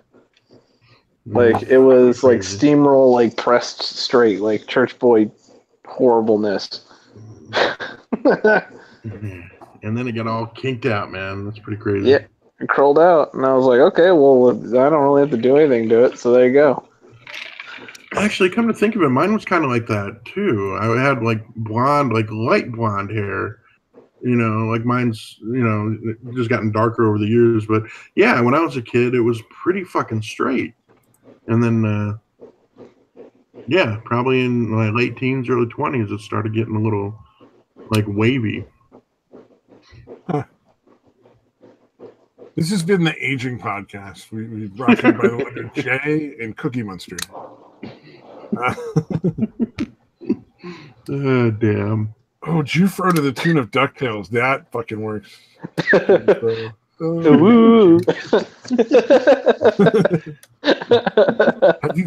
you heard Nigger Tales? Because that shit is fucked up. Damn. Yeah, even just saying that part probably is fucked up enough. Well, it's from like I want to say what's his name, that Shock Jock, the one that had to go off a radio and go on to Sirius radio. Stern. It's from Stern. Oh, okay. It's some dude singing to the tune of DuckTales. He's singing like Nigger Tales or something like that. Like it's really bad. Wow. Yeah. No, that sounds fucking awful, dude. God damn. Let me see if I can find that. I'll tweet that out too. Oh boy.